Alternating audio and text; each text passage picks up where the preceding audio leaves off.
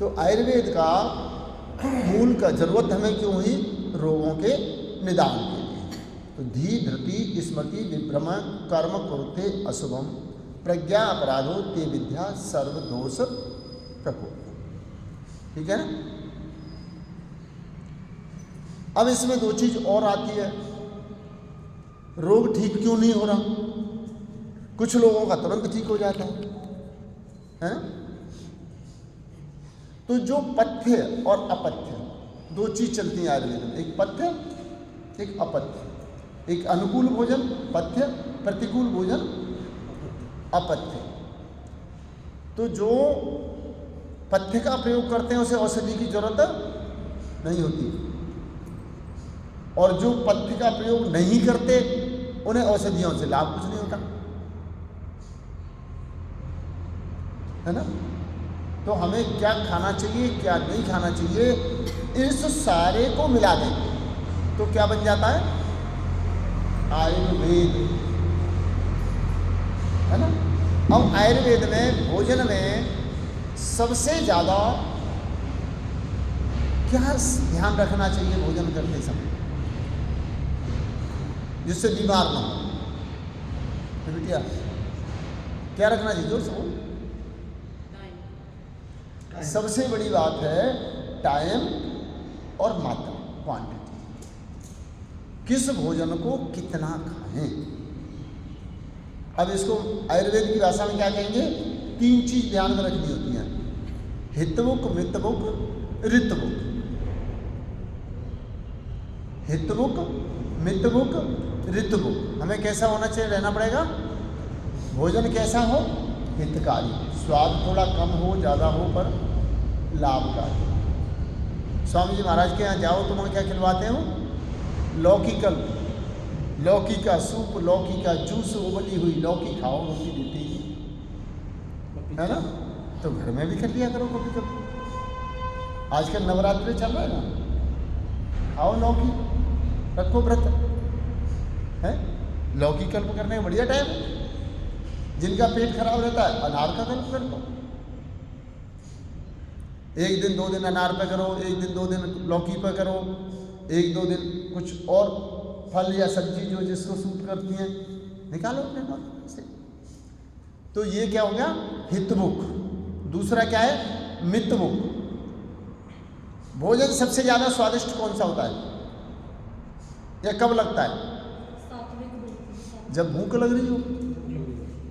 भोजन कितना ही स्वादिष्ट हो लेकिन जब भूख खत्म हो जाए तो निगलने के लिए पानी चाहिए, है ना? अच्छा नहीं लगता। किसी को गुलाब जामुन बहुत पसंद है और पेट भर जाए फिर एक और रख दो, खा लो खा लो, क्या करता है वो बेचारा? पानी के सहारे निगलता है, उसे निगलता है, वो पचता नहीं।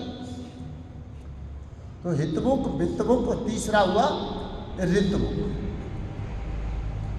फल और सब्जियां कैसी खानी चाहिए?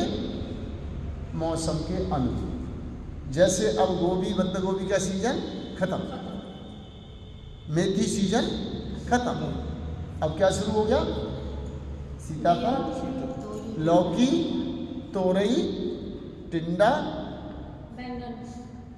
बैंगन तो 12 महीने चलता रहता है। वैसे बैंगन का भी सीजन खत्म है, बैंगन, है ना? और आपका गाजर भी अब खत्म हो रही है, वो पीली वाली दूसरी आ जाएगी, है ना? तो इस तरीके से हमें क्या करना है? हितमुख मितमुख ऋतमुख। ये आयुर्वेद का मैंने आपको एक सार बता दिया, ठीक है ना? अब आयुर्वेद में एक मेन चीज और होती है कि भाई जो हम बीमार हैं, क्या बीमारी है ये कैसे पता लगे, कौन सी दवाई खाएं? तो दवाई करने के लिए औषधियां हम कहाँ रखते हैं?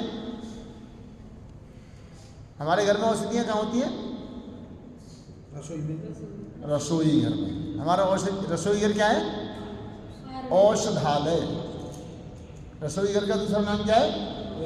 औषधालय। अब उसमें औषधियां कौन कौन सी होती हैं?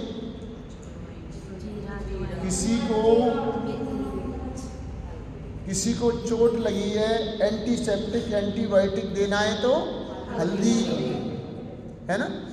किसी को ठंड लगी है उसको गर्म देना है तो लौंग, जायफल, अजवाइन, अदरक, है ना, अलग अलग रोगों में अलग अलग प्रयोग। किसी को गर्मी हो गई, डिहाइड्रेशन हो गया तो क्या दोगे? सौंफ का पानी, है ना, सौंफ, मिश्री, भोजन के बाद वैसे भी खाओ तो पाचन करती है ना। तो ये जो है हमारा सिस्टम बन जाए तो हम लोग आयुर्वेद को समझ जाए, ठीक है। फिर इसमें एक दिनचर्या, ऋतुचर्या, कैसे पानी से नहाएं, सर्दी है तो गर्म पानी से नहाएं, गर्मी है तो ठंडे पानी से नहाएं। जिनकी पित्त प्रवृत्ति है वो ठंडे पानी से नहाएं, जिनकी बात और कफ प्रवृत्ति है तो वो गर्म पानी से स्नान करें। यही पीने में हो गया, सवेरे उठ के जल पिए। दिनचर्या क्या है? सवेरे उठना, उषापान करना, एसिडिटी वाले ठंडा पानी पिए, कफ के रोगी, बात के रोगी गर्म पानी पिए, ठीक है ना। उसके बाद में अपना दातून ब्रश वगैरह करके दंत क्रांति, और उसके बाद में साफ करके फिर क्या करना? स्नान करना। फिर क्या करना? योग करना, प्राणायाम करना, ध्यान करना। उसके बाद जलपान करना, प्रातःरास, जिसको हम क्या कहते हैं? प्रातःरास। फिर दोपहर का भोजन, फिर सायंकाल का। दोपहर का भोजन पेट भर के करना चाहिए, शाम का भोजन कम करना चाहिए, सोने से 2 घंटे पहले करना चाहिए। तो ये हमारी दिनचर्या हो गई। ऋतुचर्या मैंने आपको बताई थी, मौसम के अनुरूप, मौसम के अनुसार भोजन, मौसम के अनुसार वस्त्र, मौसम के अनुसार आपका स्नान इत्यादि जो भी। तो ये आपका छोटा छोटा सिंपल भाषा में आयुर्वेद हो गया। अब आयुर्वेद में 2 चीज़ और होती है। आयुर्वेद में समझना है कि रोग क्या है। तो हमारे शरीर में 3 दोष होते हैं, वात, पित्त और कफ। इसी तरह से हमारी 3 प्रकार की प्रवृत्ति होती है, सात्विक, राजस, तामस, ठीक है ना। सात्विक, राजस, तामस, वात, पित्त और कफ। अब पता कैसे लगेगी किसकी कौन सी प्रवृत्ति है? जिनको थोड़ी सी ठंड लगने से, ठंडा खाने से गला जल्दी खराब होता है, कफ बनता है तो कफ प्रवृत्ति। किसी को थोड़ा सा गर्म खाने से, कुछ बिना भूख के खाने से एसिडिटी हो जाती है तो पित्त प्रवृत्ति।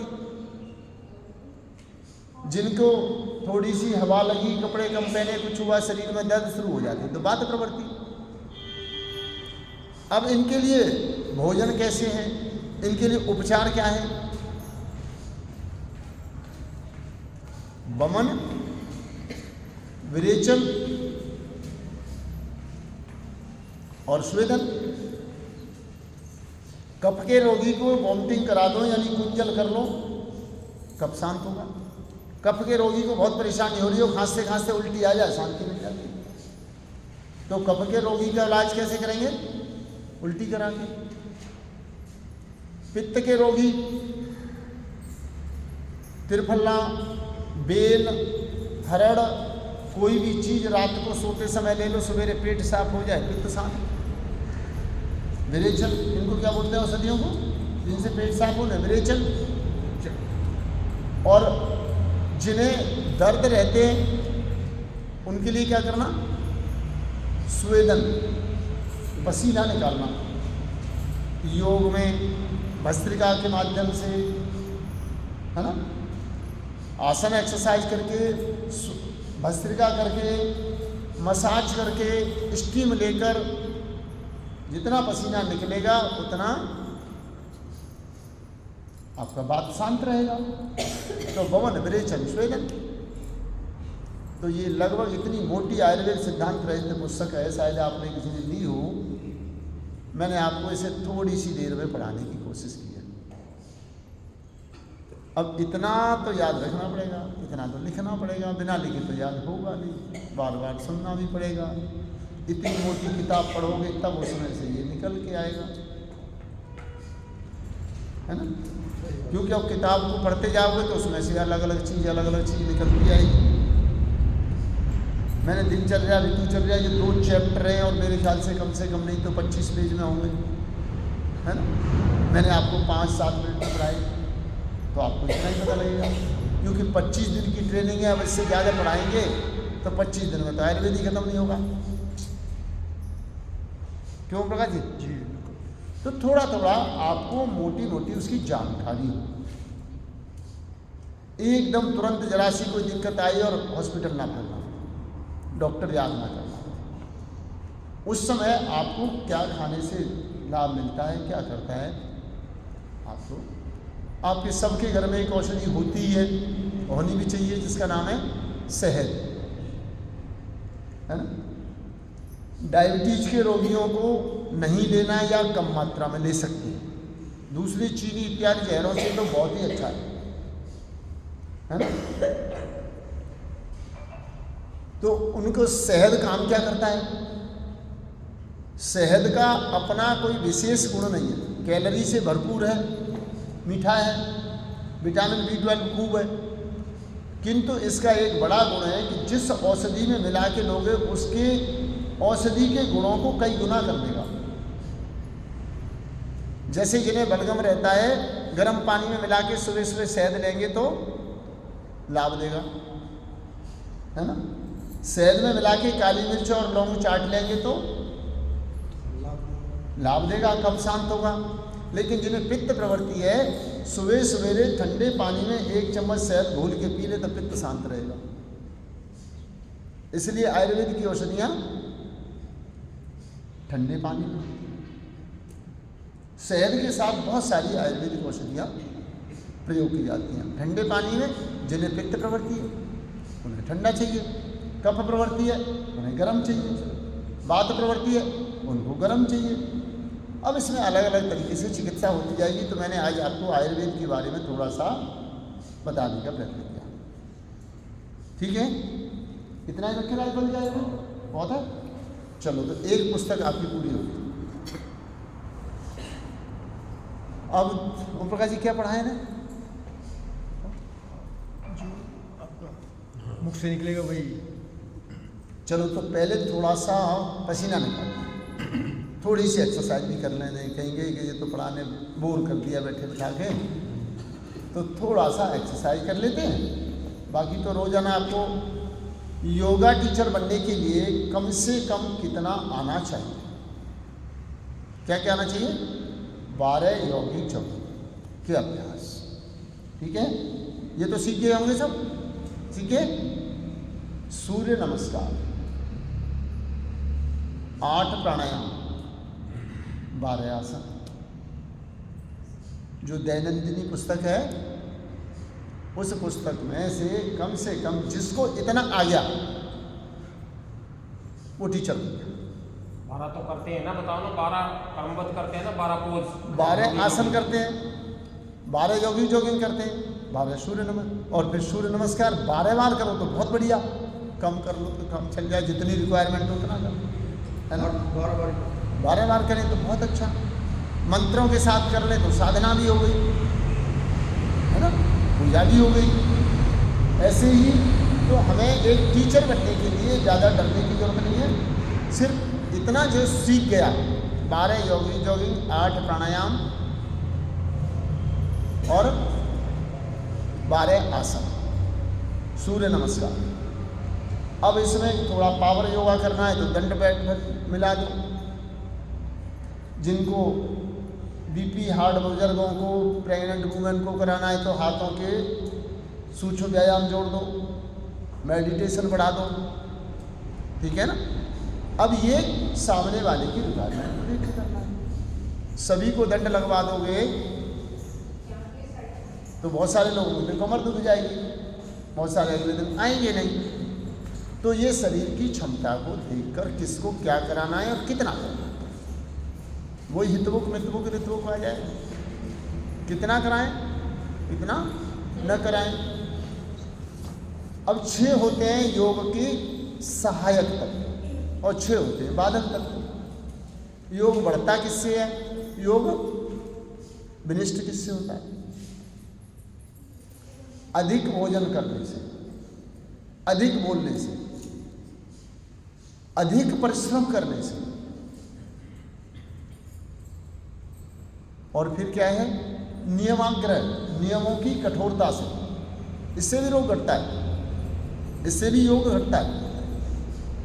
और फिर पांचवा है जनसंग और छठवां लोग। अत्याहार प्रयासस्य प्रजल्पो नियमाग्रह जनसंग लोभस्य सटभिर योग विनश्यति। ये 6 चीज़ याद कर लो, देखो पेपर में भी आ सकती है, ये हमेशा ध्यान रखनी है। अधिक भोजन करने से बीमारी, मोटापे का मूल कारण क्या है? अधिक भोजन। अरे भाई भोजन कम कर दो। प्रणाम। आइए मलिक साहब हमारे बीच में हैं, जरा एक बार बैठे बैठे ओम बोलेंगे। ओम श्री गुरुभ्यो नमः।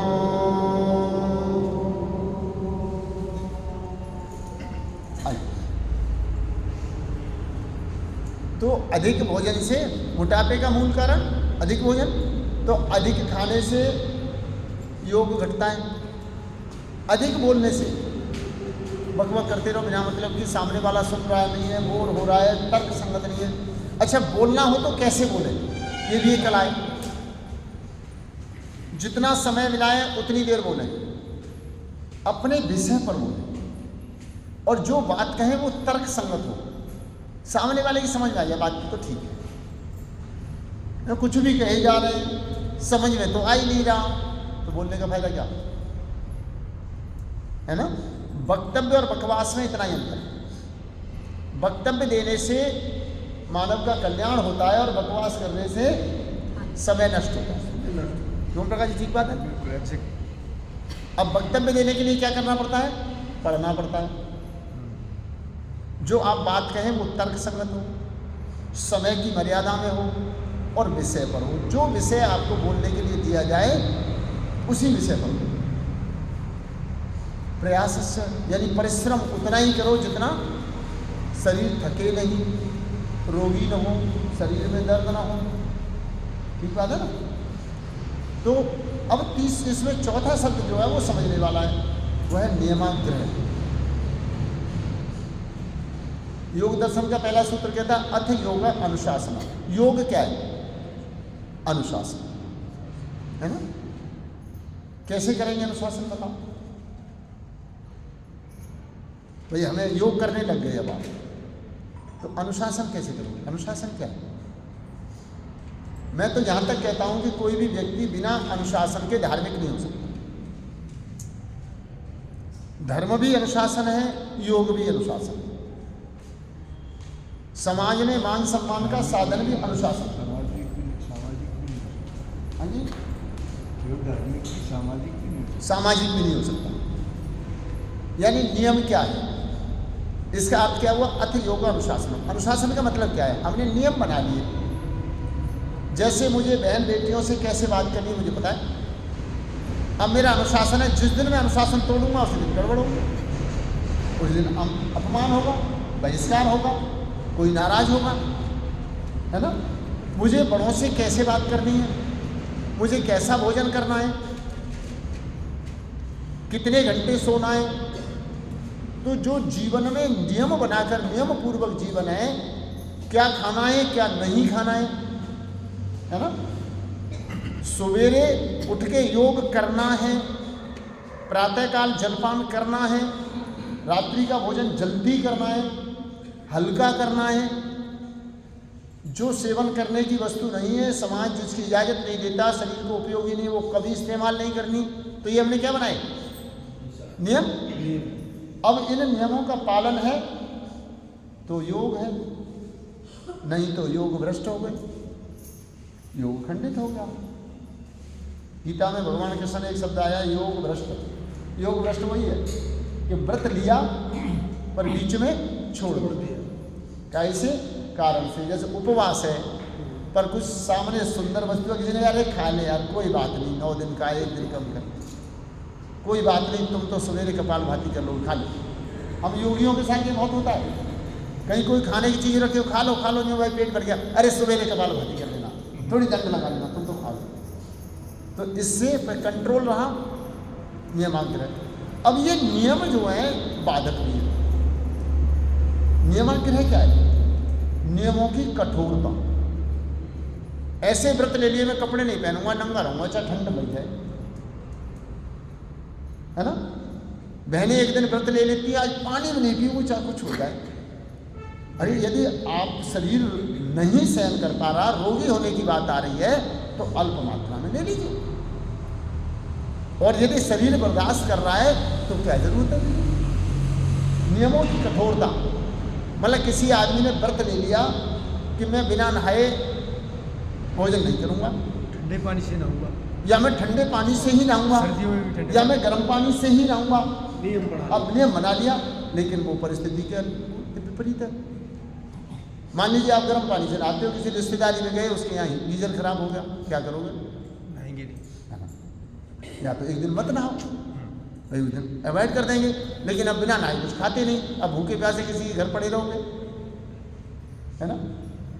तो नियमों की कठोरता भी योग में बाधक है। समय के अनुसार उसमें फ्लेक्सिबिलिटी होनी चाहिए, आयु के अनुसार उसमें फ्लेक्सिबिलिटी होनी चाहिए। यदि वृद्ध हैं तो प्राणायाम और सूक्ष्म व्यायाम ज़्यादा करो, युवा हैं तो योगिक सूर्य नमस्कार करो।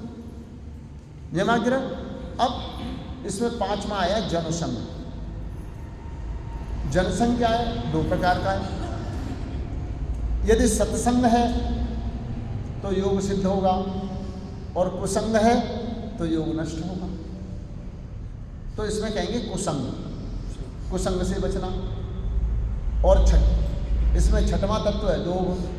लोभ के कारण जितने भी काम होते हैं, चाहे भोजन हो, चाहे व्यापार हो, या कुछ भी हो, लोभ में आके जो भी होता है वो योग को नष्ट कर।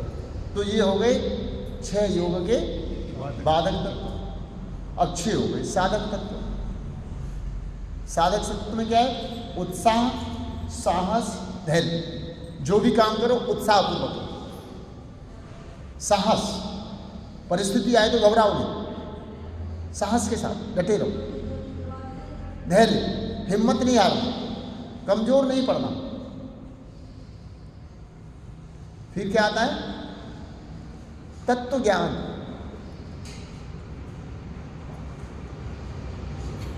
तत्व ज्ञान, ये गीता में बड़ा बहुत ही महत्वपूर्ण शब्द है, बार बार प्रयोग हुआ है इसका, तत्व ज्ञान। तत्व ज्ञान से आप समझते हो कुछ? क्या होता है माता जी तत्व ज्ञान? जो हमारे अंदर से निकले, आत्मा से निकले, उसको तत्व ज्ञान। बहुत सिंपल अर्थ होता है, जो जैसा है उसे वैसा ही समझना। एक उदाहरण देकर बताऊं। मलिक साहब ने किसी को डांट दिया, तो उसके लिए तो मलिक साहब डांटने वाले क्रोधी हो गए। किसी को प्यार कर लिया तो बहुत अच्छे हो गए। ये इनकी वास्तविकता नहीं है।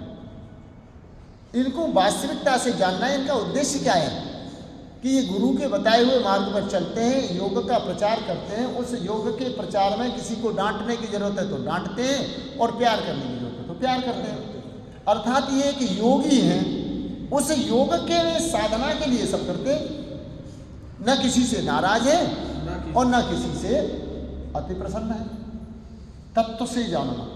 ऐसे ही परमात्मा को, भोजन को, स्वयं को। ईमानदारी बात तो यह है कि हम स्वयं को भी तत्व से नहीं जानते। जिस दिन तत्व से जान जाएंगे तो बीमार होना बंद। हमें पता है हमारी प्रवृत्ति क्या है, क्या खाना है, क्या नहीं खाना। तत्व से जान जाएंगे तो स्वधर्म का पालन होना लगेगा। स्वधर्म क्या होता है बताएंगे को? पता है किसी को? बहुत गंभीर बातें हैं और मैं बड़े मनोरंजन में बता रहा हूं आपको। स्वधर्म क्या है? जैसे इस वक्त आप कौन है, अपने आप से पूछना पड़ता है, मैं कौन हूं। अपने आप से प्रश्न करो, मैं कौन हूं। तो आप कौन है इस समय? एक साधक, मुझसे सीख रहे हैं। तो इस समय आपका धर्म क्या है कि मन लगा के मेरी बात को सुनना, जो अच्छी लगे उसे नोट करना, चित्त लगा, ठीक है। लेकिन घर पहुंच जाएंगे तो आप गृहिणी, आपको भोजन बनाने में लगना है, इन्हें अपने ऑफिस की तैयारी में लगना है। धर्म बदल गया। ऑफिस में पहुंच गए तो एम्प्लॉई, कराने के लिए यहाँ बिठा दिया तो साधु, इधर बिठा दिया तो साधक, इधर बैठ गए तो सीखना है ना, और इधर बैठ गए तो सिखाना है, इधर बैठ गए तो सुनना है, उधर बैठ गए तो बोलना है। अब इधर वाला चुप हो जाए, इधर वाले बोलने लगे तो क्या हो जाएगा? अशांति हो जाएगी। तो शांति बनाए रखने के लिए ईश्वर धर्म का पालन करना। आप एक बेटी हैं तो पिता के साथ कैसे व्यवहार करना आप सबको आता है। आप माँ हैं तो कैसे व्यवहार करना आपको आता है। पत्नी है तो कैसा व्यवहार करें आपको आता है। यदि भक्त हैं, है ना, तो फिर कैसा व्यवहार करना है। तो जब हम स्वयं को, परमात्मा को, भोजन को, अन्य पदार्थों को या अन्य लोगों को तत्व से जान लेते हैं तो फिर न क्रोध आता है न दुख होता है। गड़बड़ कहाँ है? तत्व से स्वयं को ही नहीं जानते। मैंने कहते हुए लोगों को सुना है, मुझे गुस्सा बहुत आती है। अरे जब तुझे पता है गुस्सा आती है तो गुस्सा में काम बिगड़ता है, छोड़ दे, मत कर उसे। मैंने गुस्से में जोर से मलिक साहब से कुछ बोल दिया था, अब मुझे याद आ गया तो क्षमा मांग ले, पैर छूटे, भाई बड़े हैं, अपने से गलती हो गई महाराज। अब उसमें क्या यूँ सोच रहा है, बोलते में तो नहीं सोचा, बोल दिया, नाराज कर दिया किसी को, वो प्रकाश जी। और जब क्षमा मांगने का नंबर आया तो अभिमान बीच में आ गया। उस सोच को वहीं खत्म करना चाहिए। तो ये आगे क्या हुआ? तत्व से नहीं खत्म करेंगे तो हमारे जहर। उत्साह, साहस, धैर्य, और चौथा है इसमें निर्णय लेने की क्षमता। योगी कौन होता है? तुरंत फैसला करता है। क्लास में आज जाना है नहीं जाना, योग करना है नहीं करना, कल जाएंगे नहीं जाएंगे, कौन सा भोजन करेंगे कौन सा नहीं करेंगे, तुरंत निर्णय लेने वाला योगी। और जो सोचता रहता है और दूसरों के कहने से निर्णय लेता है, वहाँ कई बार गड़बड़ होती है। क्योंकि सत्संग हुआ, अच्छे लोगों के कहने से निर्णय लिया तो अच्छा हो गया, बुरे लोगों के कहने से निर्णय लिया तो बुरा हो गया। वो सामने वाले पर डिपेंड करेगा, है ना। और पांचवा हो गया तत्व ज्ञान, और छठवां हो गया जनसंग, यानी कुसंग होगा तो सटविर योग विनश्यति। ये योग के साधक तत्व और बाधक तत्व पर पेपर में पूछे जा सकते हैं कि योग के साधक तत्व कौन से हैं और योग के बाधक तत्व नोट कर लो आप कौन से हैं और कितने होते हैं। 6 साधक तत्व होते हैं, 6 बाधक तत्व। जनसंग, यानी जनसंग में सुसंग जो है वो साधक तत्व है और कुसंग बाधक तत्व। मोटा मोटा समझे तो निरर्थक लोगों के संग को। हाँ, कुसंग और सुसंग तो बिल्कुल। ये रिकॉर्डिंग कु और सु, ये रिकॉर्डिंग है गुरु जी की, ये भेज दी जाएगी। चलो रिकॉर्ड कर रहा हूँ, नहीं देंगे आप लोग, सुनना आपका काम है, ठीक है ना। तो योग बहुत सहज चीज़ है। अथ योगानुशासनम। अब देखिए योगानुशासन की परिभाषा मैं कहाँ से करके ला रहा हूँ। जीवन में नियम है तो योग है, धर्म है, और नियम टूटते हैं तो सरकार भी दंड देने के लिए तैयार है, समाज भी दंड देने के लिए तैयार है। किसका दंड मिलता है? नियम टूटने का। और जब जीवन नियमों में होता है तो फिर कोई बात ही नहीं, फिर तो आनंद दिया जाए सबके साथ। बड़ों के साथ भी आनंद और छोटों के साथ भी आनंद है, अपनी उम्र वालों के साथ भी आनंद। लेकिन जहाँ नियम टूटा तो योग के बिना जीवन संभव नहीं है, हम ये भी कह सकते हैं। योग के बिना जीवन में सम्मान नहीं है, हम ये भी कह सकते हैं। कह सकते नहीं कह सकते साहब? बेटी बात ठीक है। तो मतलब मैं आपको ये बहुत मोटी मोटी किताबें और कुछ लाइनों में पढ़ा रहा हूँ। बहुत मोटी मोटी किताबें बन जाएंगी तो इन्हें पूरा पढ़ के आओगे, आप सीखोगे तो बहुत लंबी बड़ी बड़ी किताबें पढ़नी पड़ेगी, तब जाकर ये निकल के आएंगे। तो चलिए अब थोड़ा सा शारीरिक कर लेते हैं, तो बैठे बैठे बोर भी ना हो जाएं। तो चलिए हाथों को चलाओ, मुट्ठी बांधें और छोड़ें। जिन्हें सर्वाइकल स्पॉन्डिलाइटिस और फ्रोजन शोल्डर होता है उनके लिए हाथों के व्यायाम आवश्यक हैं, ठीक है। घुमाओ, अच्छा तरीका है, घुमाओ, गोल गोल घुमाओ, मुट्ठी मिलाओ। देखो ऐसे हाथों को मिलाओ। अब यहाँ से ये जो गांठें हैं एक के ऊपर एक घूमती चली जाए, घुमाओ पूरा, कौनी सीधी रखो, उल्टा घुमाओ, फ्रोजन शोल्डर और स्पॉन्डिलाइटिस इन्हीं से रिलैक्स होता है।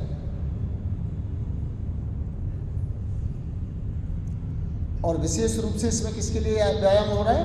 कलाई।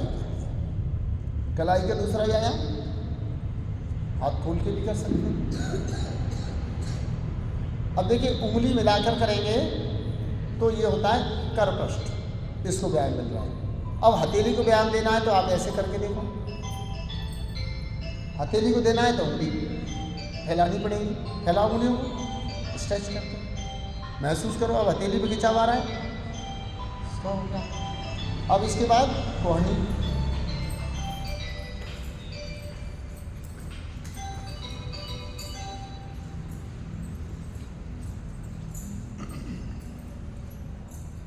जिन्हें फ्रोजन शोल्डर रहता है, जिनका कंधा जाम हो जाता है, ऊपर नहीं उठता, फ्रोजन शोल्डर हो तो क्या करें? ऐसे हाथ लॉक करवाओ और घुमाओ,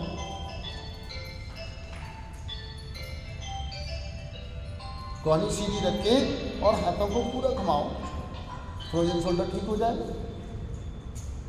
फ्रोजन शोल्डर के लिए एक बड़ी सरल एक्सरसाइज और बहुत इफेक्टिव है। कोई पाइप ऊपर लगा हो या किसी चीज़ में रस्सी ऊपर फंसा दो और रस्सी को उसमें निकाल के दोनों हाथ से पकड़ के ऐसे धीरे धीरे धीरे धीरे ऊपर नीचे चलाओ। जो हाथ ठीक है उससे खींचो, दूसरे से खींचो, धीरे धीरे धीरे धीरे हाथ उठने लगेगा, फ्रोजन शोल्डर ठीक हो जाएगा, मोटी हो जाएगी, ठीक है ना। तो ये हमारा, अब फ्रोजन शोल्डर के लिए क्या करना? हाथ की उंगली को समेट के कंधे पर रखना और गोल घुमाना। Cervical spondylitis, frozen shoulder. Spondylitis गर्दन का दर्द,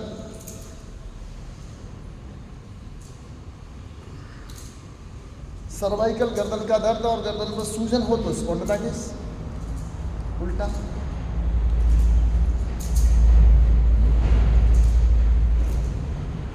अब देखो इसे पूरा करने के लिए क्या करना है? जब ये हाथ यहाँ ऊपर आए तो ये गांठें मिल जाए, ठीक है, और आगे आए तो कोहनी मिल जाए। पूरा गोल गोल घुमाओ, उल्टा घुमाओ,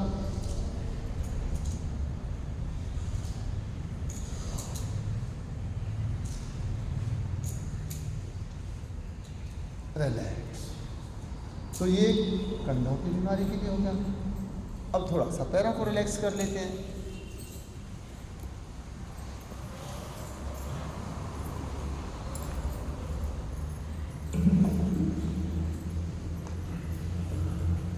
पैरों को आगे और पीछे चलाओ,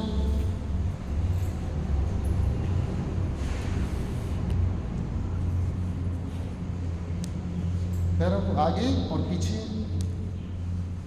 सीधे बैठे रहो। देखिए इसमें थोड़ी गड़बड़ कर दी और आपके हिप्स साथ में मूव करने लगे या घुटने ठुकने लगे तो फिर आपके घुटनों को लाभ नहीं मिलेगा। घुटनों को लाभ लेना है तो पैरों को, घुटनों को उठने मत दो, दोनों तरफ खूब खींचो, इनको रोकते हुए भी कर सकते हैं।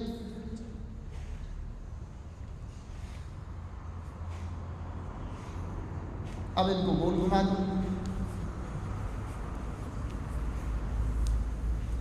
पैरों का आर्थराइटिस, जो आर्थराइटिस के रोगी हैं, जोड़ों के दर्द के रोगी हैं, उन्हें हाथों के व्यायाम कराओ, पैरों के कराओ। जो प्रेग्नेंट वुमेन हैं उनके लिए हाथों और पैरों के व्यायाम कराओ। कपालभाति छोड़कर बाकी प्राणायाम कराओ, ठीक है ना। किसको क्या करना है? आयु को देखो, उस व्यक्ति की दिनचर्या को देखो, पैरों को एक दूसरे के साथ टच करो,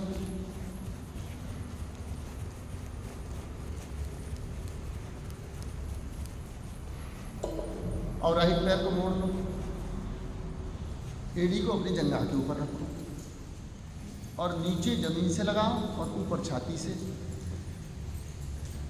इसके साथ खुद हिलना डुलना नहीं है, सीधे बैठे रहना है, ऐसे नहीं करना है। तो आप कुछ क्या करते हैं, इस घुटने के साथ आगे चले जाते हैं, घुटने के साथ शरीर को रोक के रखो और घुटने को चलाओ, ऊपर नीचे ऊपर नीचे, पूरा जितना समय हो, 5 बार 10 बार जैसी रिक्वायरमेंट है ना। ज़्यादा भी कर सकते हैं, जो दूसरे व्यायाम नहीं कर सकते कर सकते हैं। अब इसको झुलाओ, एड़ी को खींच के हिप्स के पास लाओ, तो इससे हिप जॉइंट खुलेगा, हिप जॉइंट फ्लेक्सिबल होगा। एंगल जॉइंट के लिए हो गया, घुटने के लिए हो गया, और अब हिप्स के लिए।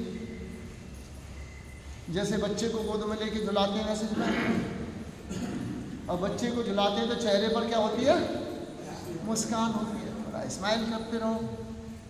और इसके साथ अब जब बच्चे को प्यार करते हैं तो अपने पैर को कान से लगाओ, पैर का अंगूठा कहाँ लगाओ, कान से, बस। अब बदल लो,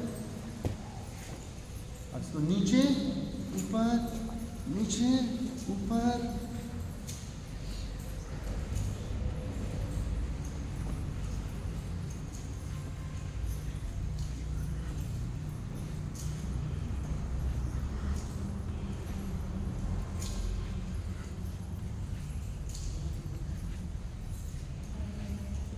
अब इसको भी झुलाओ।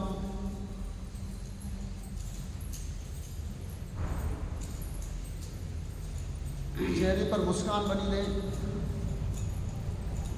आप भी 25 दिन के बाद टीचर बन जाओगे, तो टीचर का सबसे पहला काम क्या है, अपनी क्लास में बैठे हुए लोगों को बोर ना हो, उसके लिए बीच बीच में कुछ ऐसे शब्द भी बोलता रहे जिससे हास्य बना रहे, मुस्कुराहट बनी रहे, है ना, कराता भी रहे। तो सबसे पहला काम होता है टीचर का, लोगों में इंटरेस्ट जगाना। तुम्हारी क्लास में आया हुआ व्यक्ति बोर हो गया तो कल नहीं आने वाला, उसको कुछ नया मिलता रहे। पुरानी क्लास में क्यों आएगा, क्योंकि जब तुम पढ़ाई करते रहोगे तो कुछ नया बताते रहोगे, नया बताओगे तो वो, इसका नाम क्या है, बटरफ्लाई, तितली आसन। और इसको ईमानदारी से कहें तो क्या है, बटरफ्लाई। यहाँ क्या जमा हुआ है, बटर ही तो जमा है, दाल फ्राई खा खा के, वो मक्खन खा खा के क्या जम जाता है, फैट जमा हुआ है ना। क्या बताते हैं, फैट, तो फैट को फ्राई करना है तो हिलाओ अपने, तो बटर फ्राई।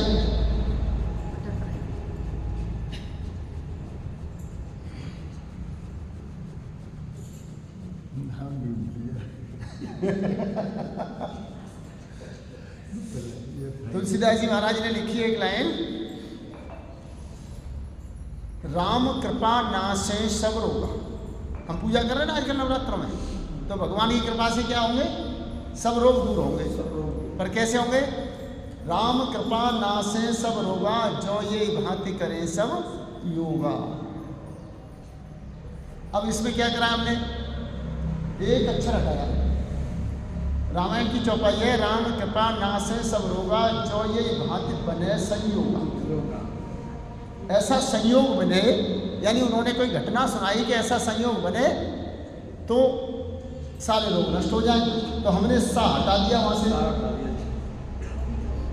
हमने कहा कि राम कृपा नाशे सब रोगा, जो यही भांति करें सब योगा। एक साइड हटाया ना उन्होंने साथ, बस रामायण तुलसीदास जी महाराज का कहना है। और बात सच्ची भी है या नहीं बताओ, बात सच्ची है ना। ऐसे ही रोज योग करोगे तो रोगी क्या होगे। चलो पैर सीधे करो।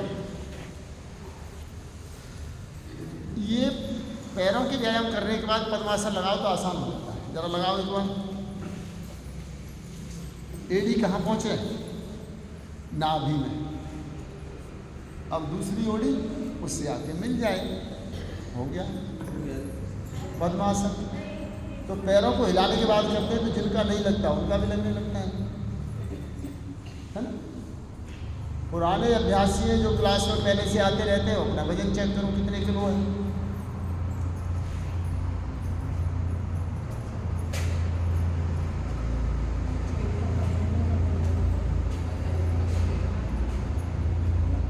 तो इस तरह से योग करते रहना और हास्य के साथ, आनंद के साथ।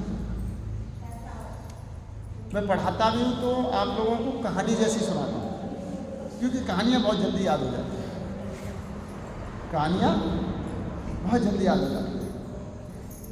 आजकल एक मोटिवेटर है, मैंने उनसे सुना और वो शब्द मुझे अच्छा लगा, जो मैंने थोड़ा थोड़ा प्रयोग किया, ज़्यादा नहीं। हम सब लाल किले से जुड़े हैं, फर्स्ट टाइम आप लाल किले मिले थे। एक खान सर हैं जो IAS IPS की ट्रेनिंग कराते हैं, आप सब लोगों ने यूट्यूब वगैरह में देखा हो।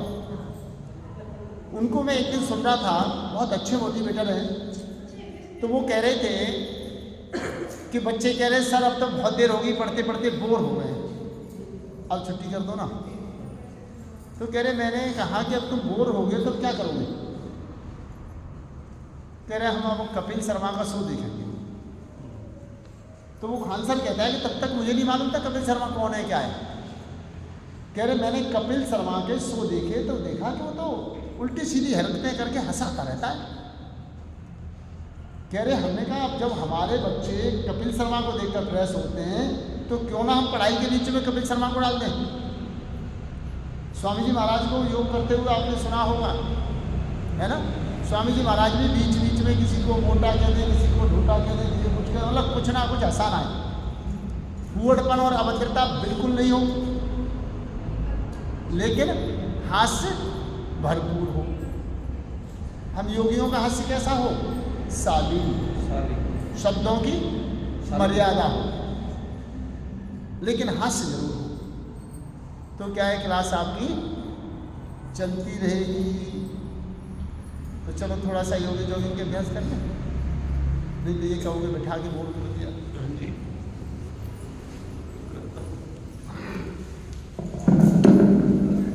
आप सब एंजॉय तो कर रहे हैं? नहीं समझ में आ रहा पीछे क्या? 100%। चलो तो योगी जॉगिंग के अभ्यास, हाथ और पैर को मिला के चलाएं। राइट में श्वास लेना, लेफ्ट में छोड़ना, लयबद्ध तरीके से करेंगे तो भस्त्रिका साथ साथ।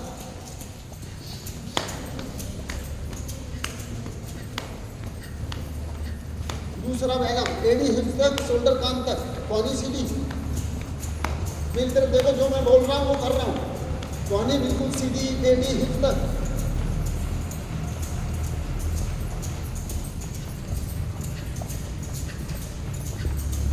तीसरा व्यायाम,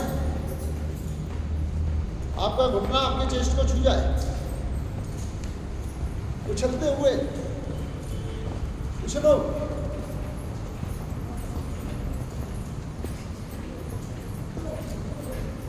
चौथा,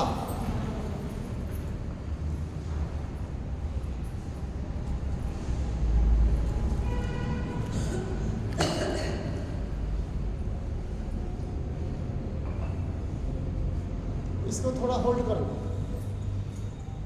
इसको कहते हैं कुर्सी आसन। घुटनों की सीध में हिप्स आ जाए और आगे नहीं झुकना। अब यहां से वापस आओ तो पैर खोल दो। कितना? मैक्सिमम 2.5 से 3 फीट खोलो पैर। अब क्या करना है? एक पैर पे बैठना, बैठ जाओ, उठो, बिना सहारे के बैठो और बिना सहारे के उठो।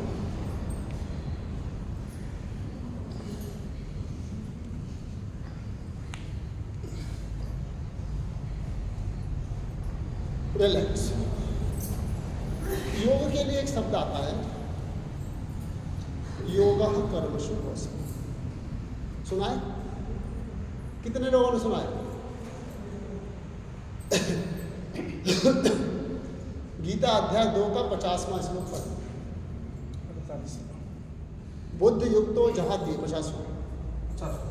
बुद्ध युक्तो जहाति उभे सुकृत दुष्कृते तस्मात् योगा युज्यस्व योगः कर्मसु कौशलम्। गीता अध्याय 2। क्या मतलब है? योग कर्म की कुशलता का नाम है। योग कर्म की कुशलता। अब कर्म की कुशलता क्या होती है? चलो अगला वाला कर लेते हैं, फिर उसके बाद बताते हैं।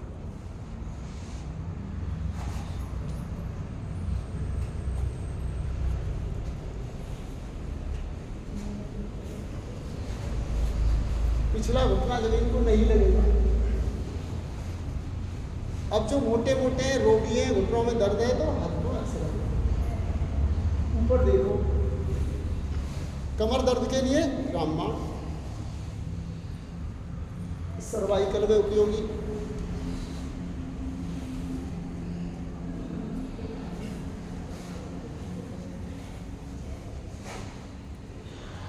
वापस योगा कर्मसु कौशलम का अर्थ है,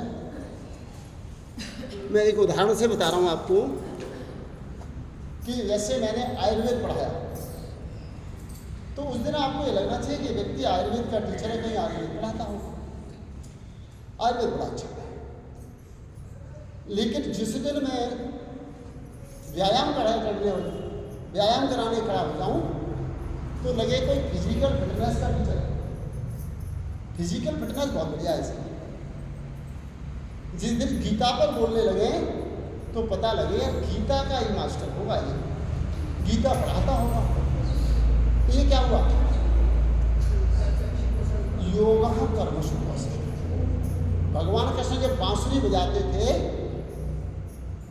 तो लगता था कि इससे बढ़िया संगीतकार तो हो ही नहीं सकता। महाभारत के मैदान में जब उन्होंने प्रवचन किया, गीता जो हमें दी, तो आज तक ये लगता है कि इससे बढ़िया प्रवचन करता, शॉर्ट पर बोलने वाला हो ही नहीं सकता, है ना? बच्चों के साथ जब खेल खेला, गेंद खेली, चाहे रास रचाए, तो लगा कि इससे ज़्यादा खेल में मस्त होने वाला कोई नहीं। जिस व्यक्ति को गांधारी ने जो श्राप दिया, उस समय भी वो व्यक्ति मुस्कुरा रहा था। बताइए, शांति का इससे बड़ा दूसरा कोई उदाहरण मिलता है क्या? कि जिस व्यक्ति को श्राप मिल रहा हो, उस माता के भी पैर छूकर फिर रहा कि माता आपने जो मुझे दिया वो मुझे स्वीकार। यानी जब मैं अधर्म करूं या मेरा परिवार अधर्म करे, तो उसका भी मर जाना ही अच्छा है। कोई करेगा क्या? तो योग कर्मसु कौशलम, जो भगवान ने कहा वो उन्होंने जिया। अब हमें क्या करना है? थोड़ी थोड़ी कॉपी करनी है, उसी में ठीक हो जाएगी। योग करो तो योगिनी लगो, योगी लगो, घर में एक गृहिणी लगो, ऑफिस में जाओ तो एक परफेक्ट एम्प्लॉय, पूरे और स्टाफ में ये सबसे बढ़िया मैडम, ये बढ़िया, ये मिल जाए आज मुसीबत, तो मेरा काम हो जाए। ये क्या है? योगा कर्मसु कौशलम। मैंने उदाहरण के लिए आपको बता रहा, जैसे मैंने आपको थोड़ी देर पहले आयुर्वेद पढ़ा है, फिर मैंने थोड़ा सा उसमें हटियोग प्रदीपिका ली, जिसमें से आपको साधक तत्व बाधक तत्व बताए। अब मैं आपको नई करा रहा हूँ, तो उस समय ये ना लगे कि ये तो इसे आता ही नहीं। तो फिर कर्मसु कौशलम कहाँ हुआ? योगा कर्मसु कौशलम कब होगा? जब आप जिस कार्य को कर रहे हो, उस समय ये लगे कि इसमें निपुण है। इसके लिए क्या करना पड़ेगा? पढ़ना पड़ेगा, मेहनत करनी पड़ेगी। चलो अब अगला व्यायाम, भस्त्रिकासन, सर्वाइकल, स्पॉन्डिलाइटिस, लंग्स के रोग, इनको खूब करा।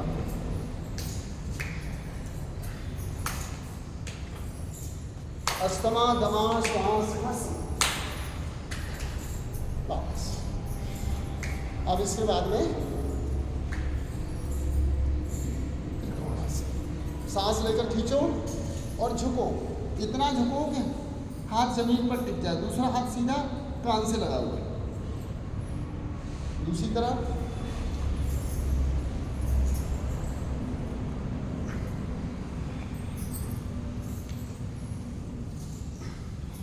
इसको इस तरह भी कर सकते हैं कि गर्दन को घुमा के ऊपर वाले हाथ को देखो।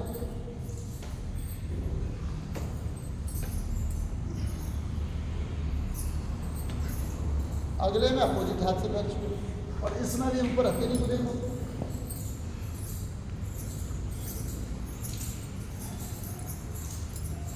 पूरा गर्दन आगे हथेली दिखाई दे।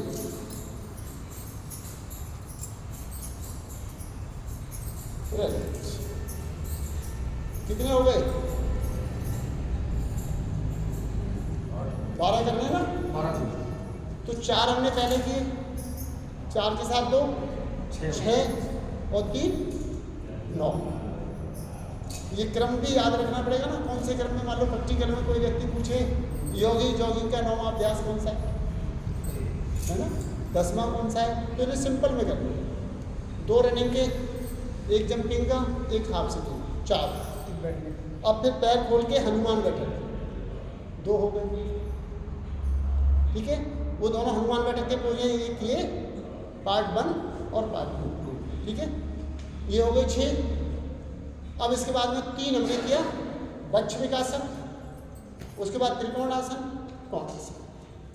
तो ये हो गए कोणासन और त्रिकोणासन। इनके नाम में किसी कोई इसको त्रिकोण कह देता है, कोई उसको कह देता है घाल में इंसान। तो ये हो गए 9। अब 9 के बाद में पाद हस्तासन 10वां, 11वां पीठी, 12वां योग नृत्य। हो गए, सबके नाम हो गए।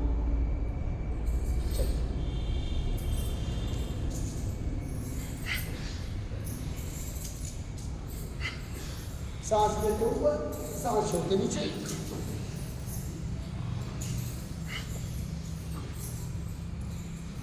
कमर दर्द सर्वाइकल के रोगी, हाई बीपी के रोगी आगे नहीं झुके।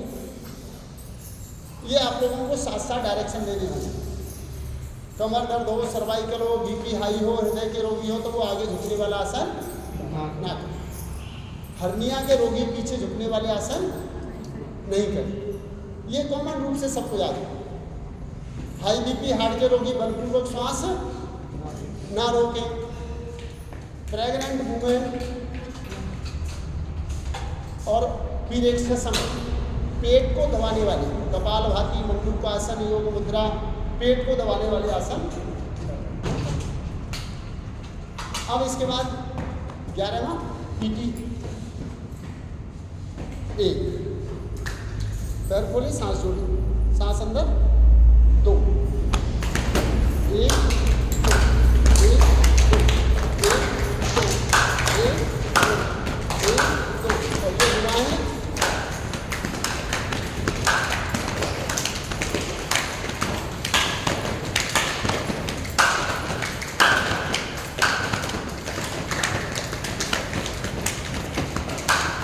और 12वां एड़ियाँ उठाओ, घुटने मोड़ो और घुमाओ एड़ियों।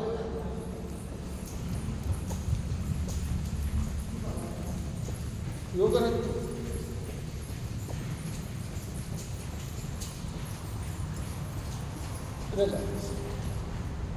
तो अब इसमें आगे देखिए, उम्र को, रोग को, घुटनों के रोगी हैं, जंपिंग उछले नहीं, उनको क्या करना है। कमर दर्द के रोगी हैं,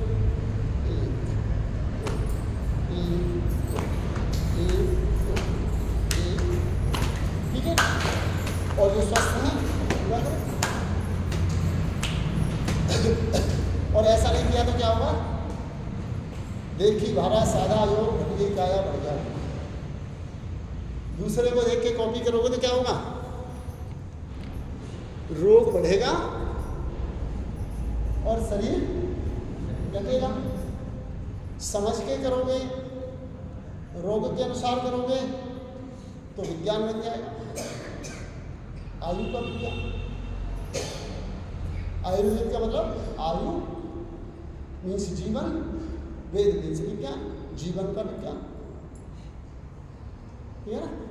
तो ये चीज़ों को आप लोगों ने सीखना है, याद रखना है। जो कॉपी पेन नहीं लाए, घर जाके जितना याद रहे लिख लो, ये जीवन भर काम आता है। मैं भी अभी आप लोगों को पढ़ाने आता हूँ तो कुछ मिस हो रहा होता है तो अपनी डायरी निकाल के देख लेता हूँ, रास्ते में गुनगुनाता हुआ आता हूँ। बहुत सारे लोग कहते हैं इतने मंत्र श्लोक कैसे याद हो जाते हैं। अरे जब रास्ते में गाड़ी चला रहे तो क्या काम कर रहे हैं, रखते जाओ, है ना। भूल ना जाए उसके लिए क्या करो,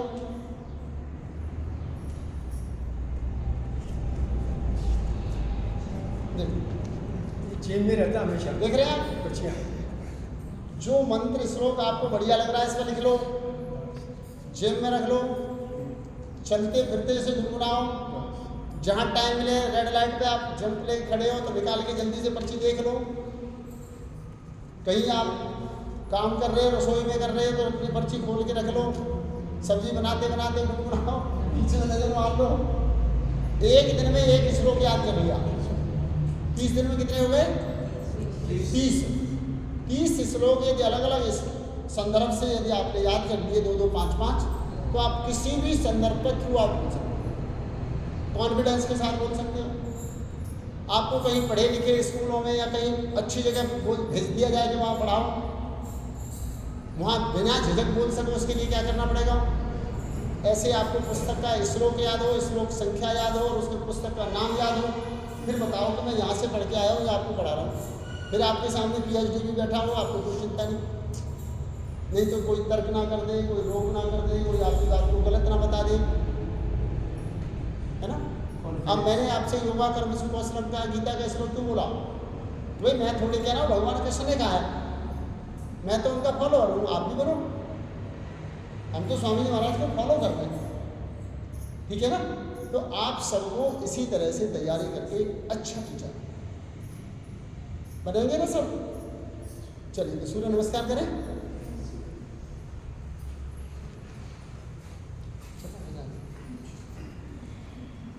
ओम मित्राय नमः, बोलो कैसा?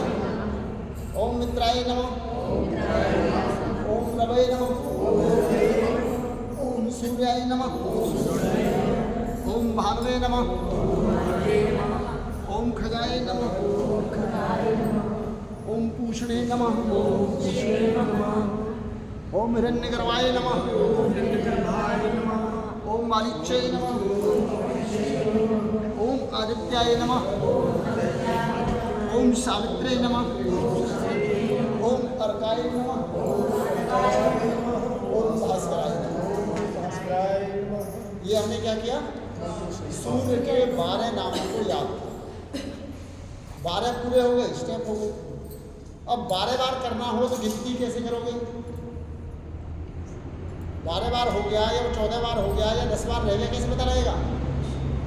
एक मंत्र से एक बार बोलो, एक मंत्र बोलो, सूर्य नमस्कार कर लो, फिर दूसरा मंत्र बोलो, दूसरी बार कर लो। तो कितनी बार हो गया आपको? गिनती साथ साथ हो रही है ना। मंत्र कितने हैं? 12, और 12 बार सूर्य नमस्कार करना है, मंत्र के साथ कर लो, ठीक है। चलो एक बार और करते हैं। ओम मित्राय नमः, ओम रवये नमः, ओम सूर्याय नमः, ओम भानवे नमः, ओम खगाय नमः, ओम पूषणे नमः, ओम हिरण्यगर्भाय नमः, ओम मारीच्याय नमः, ओम आदित्याय नमः, ओम सावित्रे नमः, ओम अर्काय नमः, ओम भास्कराय नमः।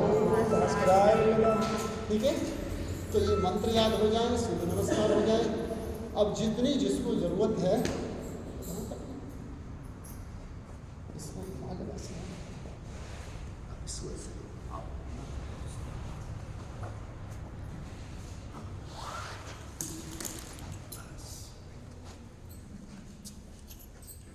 ठीक है। अब इसमें थोड़ा सा ज़्यादा करना है, किसी को ज़्यादा करवाना है।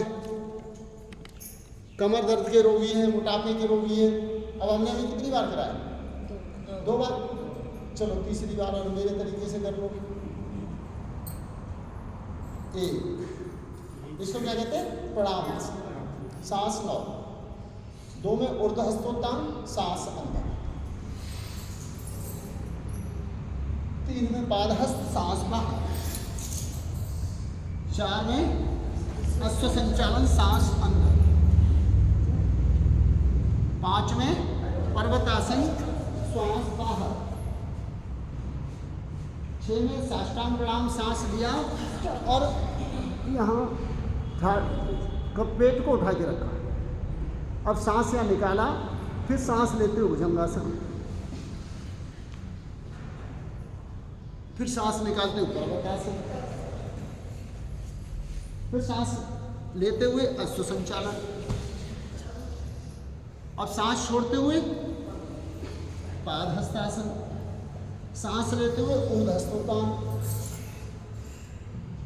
सांस छोड़ते हुए प्राणायाम। आसनों के नाम और श्वास की स्थिति, कहाँ श्वास लेना है, कहाँ छोड़ना, ठीक है। अब जिसके लिए हमें एक्स्ट्रा वर्कआउट करना है, क्योंकि क्लास में टाइम कम होता है, कुछ बच्चे ऐसे आते हैं जैसे आराम से कपालभाति कराते रहते हैं, मन तो लगता है, तो उनके लिए कितने ज़्यादा समय लगा दो, 3 से 5 मिनट, 3 से 5 मिनट में उनके लगेगा कुछ। कैसे करेंगे, 1 2 3 4। अब इस पैर को बाहर निकालो और यहाँ करा दो हनुमान दंड। हनुमान जी की पूजा सब करते हैं ना, कैसे करना है, बदलो पैर, बदलो पैर, बदलो बदलो बदलो, 10 बार करा दो। कितना कराना है, 10 बार। अब जो वैसे लोग हैं उनको सरल दंड करा दो। जैसे जो कमर के रोगी हैं, मोटापा है, तो उनको पेट नीचे सांस अंदर, पेट ऊपर सांस बाहर, 10 बार ये सहज दंड करा दो।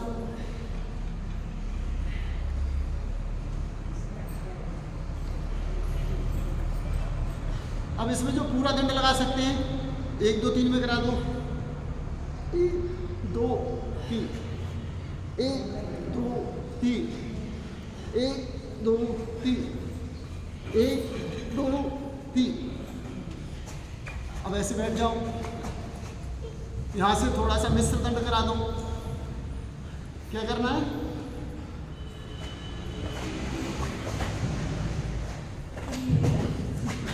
करो।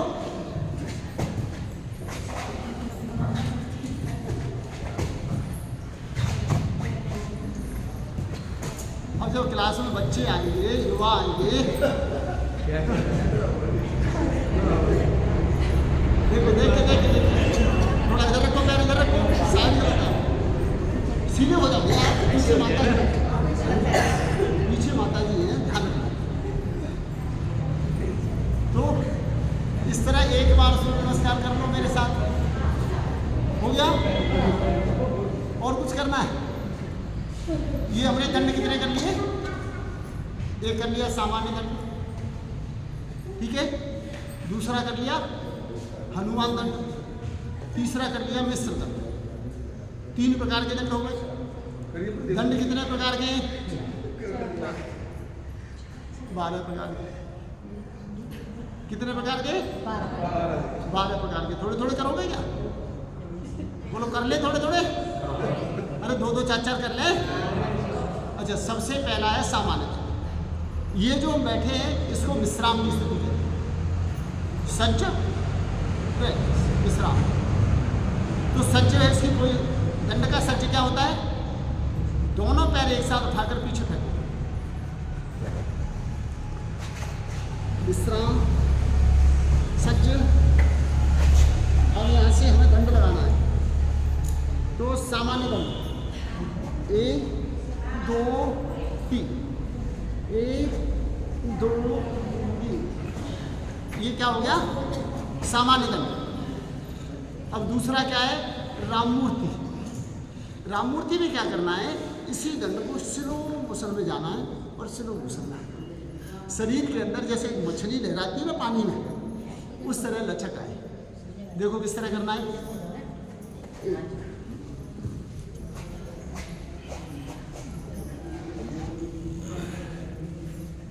शरीर जमीन से छूटेगा नहीं, रहना आंख लपेट।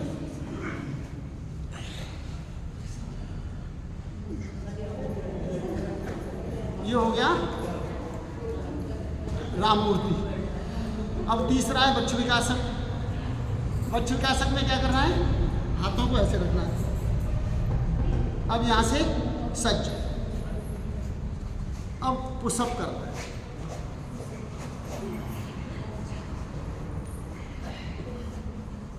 करो, नीचे ऊपर चलाओ, बीच में शरीर कहीं मुड़े झुके नहीं, एक लाठी बांध रख दी जाए तो कंधे से लेकर एड़ी तक शरीर सीधा, नीचे ऊपर, बीच में एनर्जी देनी, नीचे ऊपर नीचे ऊपर, ठीक है। तो ये हो गया, बातें नहीं करो आपस में, बच्चे विकास है। ये सारा दंड मुझे क्यों मिल रहा है, तुम्हें मिलना चाहिए है। जब कोई काम नहीं करता तो दंड मिलता है ना, तो दंड इतना मारे, पढ़ाई ठीक से नहीं कर रहे तो क्या मिलना चाहिए, दंड। तो दंड पुराने टाइम में जो गुरुदेव दंड दिया करते थे वो ऐसे ही देते थे, सूर्य नमस्कार कराते थे, पार्क के चक्कर लगाते थे, हाथ ऊपर कराते थे, मतलब मारते कम थे, उसके शरीर को मजबूत करने के लिए व्यायाम करा। अब इसके बाद चौथा कौन सा आ गया, हनुमान। हनुमान तभी किया ही था, थोड़ा सा करते, सज्ज 1 2 3 2,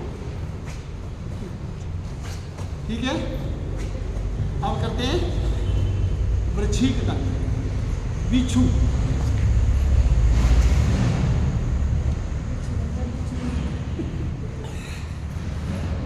करो करो भाई, देखने से काम तो चले, करो। एक पैर उठा के, एक पैर उठाओ तो पेट और छाती नीचे आ जाए, पैर ऊपर हवा में, आगे की ओर बढ़ा हुआ बिच्छू के डंक की तरह, जैसे बिच्छू का डंक बड़ा होता है ऊपर से, वैसे देखो एक बार,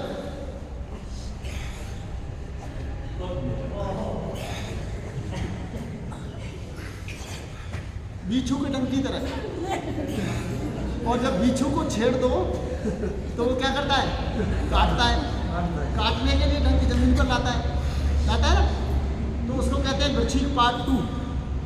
उसमें क्या करना है, बिच्छू काटेंगे।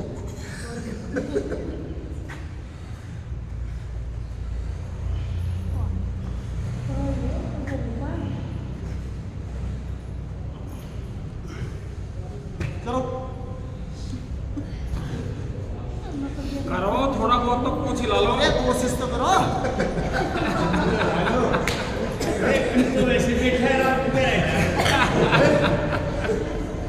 अरे भाई कोशिश तो करो।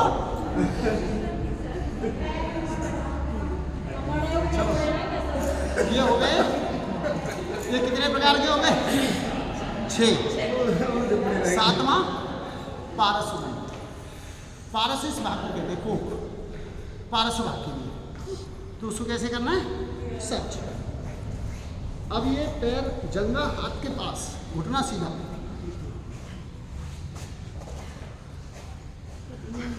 देख रहे हैं ना, घुटना बिल्कुल सीधा और हाथ के पास जंगा लगी हुई है। करो,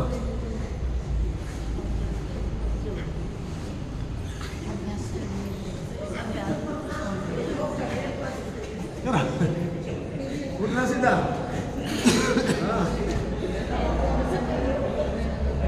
तो बंद कर दे तो नहीं करे, बोलो। चलो एक दो और दिखाते हैं आपको, चक्र दंड। इसके बाद आता है चक्र दंड। उसमें क्या करना है, पैर को चक्र की तरह घुमाना है। जैसे पैर खोला, घुमाया,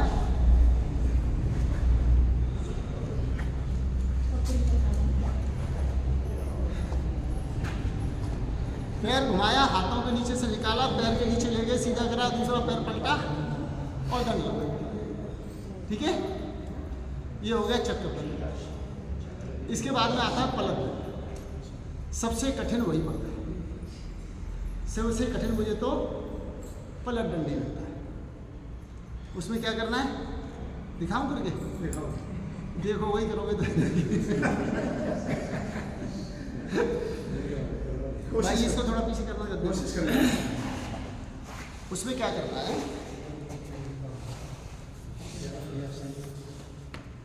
देखो ऐसे बैठे, सज्ज की पोजीशन में आए, दंड लिया,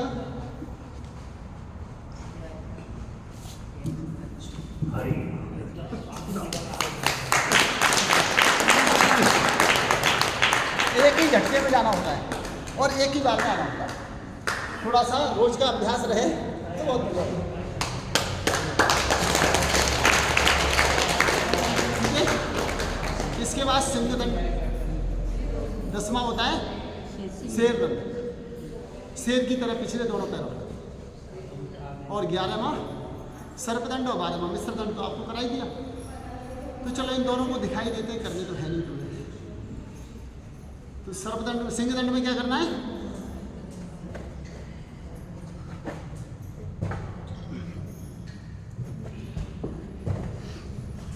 दोनों पैर हवा में, छाती जमीन में, और पैर नीचे तो छाती ऊपर। अब इसके बाद आता है सर्पदंड। सर्पदंड में सांप अपने फन को यूं चलाता है। आपको क्या करना है, दंड की पोजीशन में आके कोहनी मोड़ के अपने यहाँ रख देना, और ऐसे लगे जैसे कोई रॉड डाल दी, और अगले भाग को ऐसे चलो। एक सांस में कितना कर लो? 20, 25, 30। देखो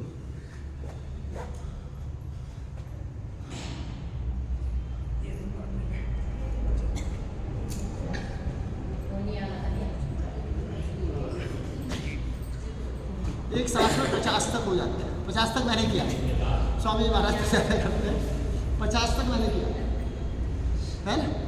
ये हो गया सर्पदंड। अब बताओ किसी पावर योगा की जरूरत है? सर्दी में गर्मी का एहसास, पसीना आ जाए, तो ये हो गया आपका शेर दंड। चलो अब बैठ।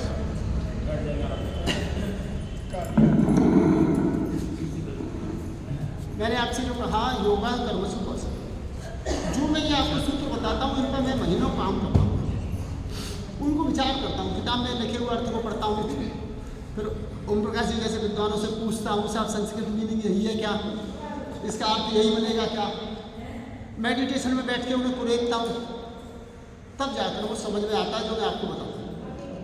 किताब में पढ़ के नहीं बताता मैं कभी, जब तक उसे आत्मसात नहीं करता। योगा कर्मसु कौशलम का दूंगा कि जो काम आप करें वो इतनी सफाई के साथ करें, सुंदरता के साथ करें कि सामने वाले लोग ताली बजाने के लिए विवश हो। और कोई पूछने लगे कि जिस दिन मैं आपको फिजिकल पढ़ा के गया, कोई पूछे कोई श्याम जी आए थे, वो फिजिकल कराते बड़ा अच्छा, लेकिन मैंने अगले दिन मलिक साहब ने कहा कि योग दर्शन पढ़ाओ, तो पता लगे कि कोई आचार्य था वो योग दर्शन पढ़ा तो अच्छा, क्या पढ़ा रहा था ये आपका जवाब यही होने वाला है।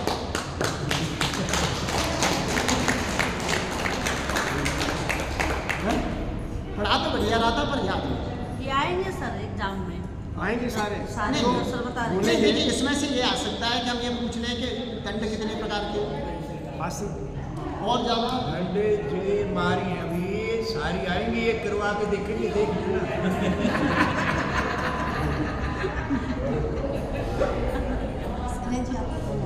संख्या पूछी जाएगी, दंड कितने हैं, पहले कितनी है।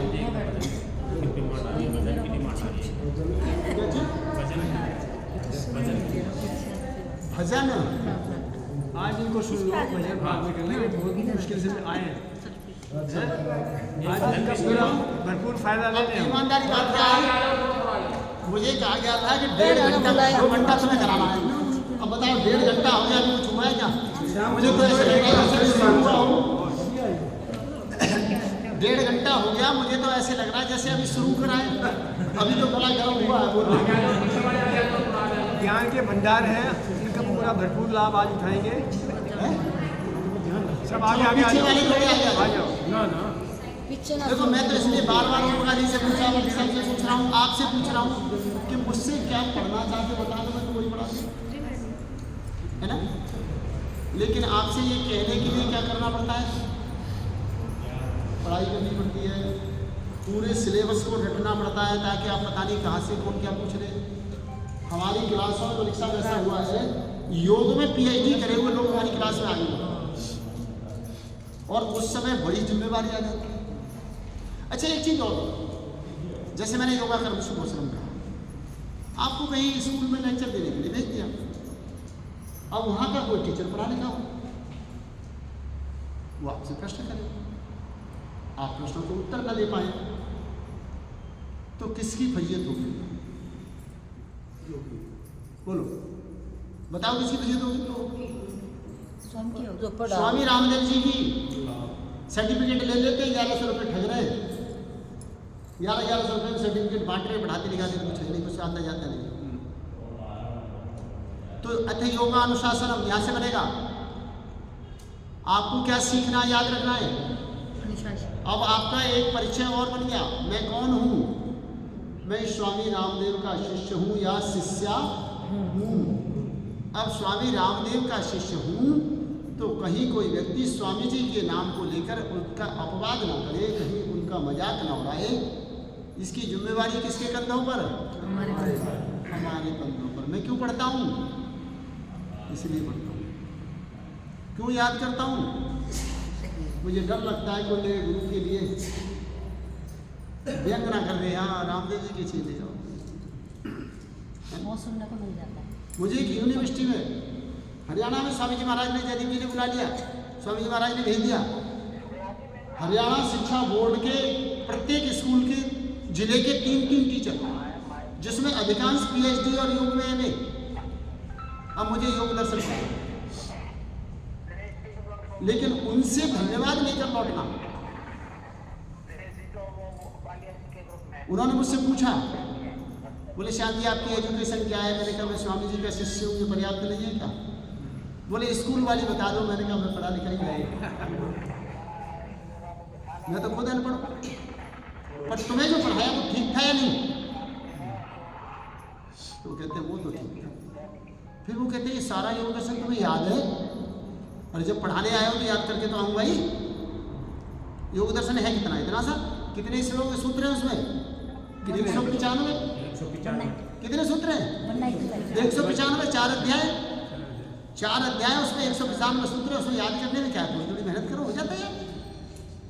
और कम से कम इतना तो याद हो जाए कि यहाँ कॉपी रखी हो तो आपको देखना ना पड़े। आप अपने कंप्यूटर की स्क्रीन पर लगा लो तो किसी को ये ना पता लगे कि देख के बोल रहा है। पहला अक्षर देगा, पूरा सूत्र ध्यान में आ जाए। क्रम संख्या देखनी, क्या करना पड़ेगा? पढ़ना है ना। तो देखो वैसे तो ये खेल है, 12 आसन, 12 योगी, सूर्य नमस्कार, 8 प्राणायाम आपने सीख लिए, इनके लाभ और हानि सीख लिए। विधि, समय, संकल्प और सावधानी।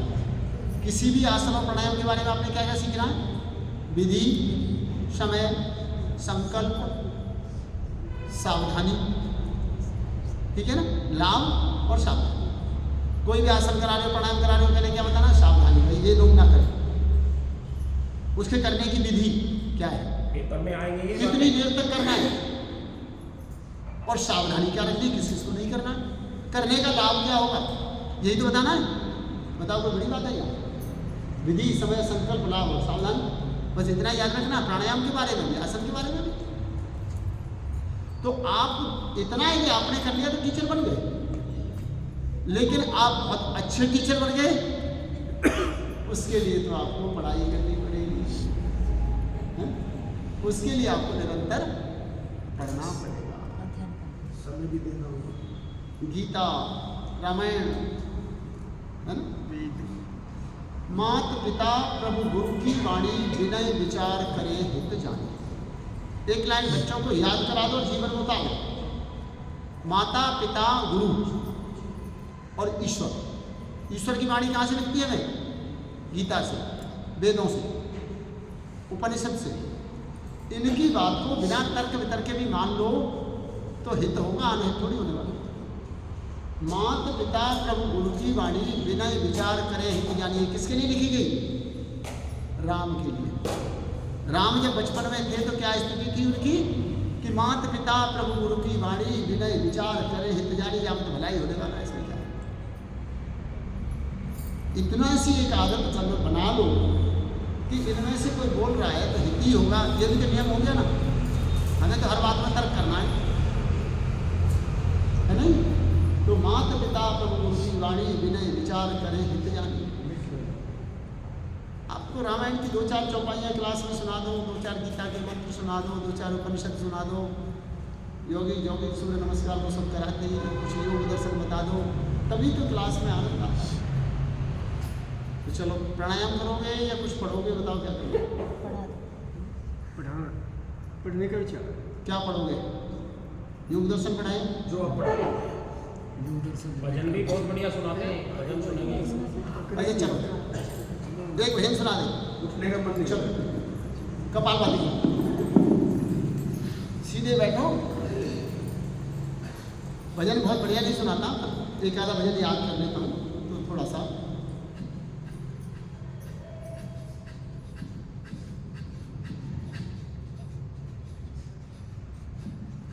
कपालभाति, कमर गर्दन सीधी, आंखें कोमलता से बंद, आंखें कोमलता से बंद, मन शांत, फेस हल्का स्माइल, प्रसन्नतापूर्वक ओम के जप के साथ, सोहम के साथ कपालभाति करें तो विशेष लाभ।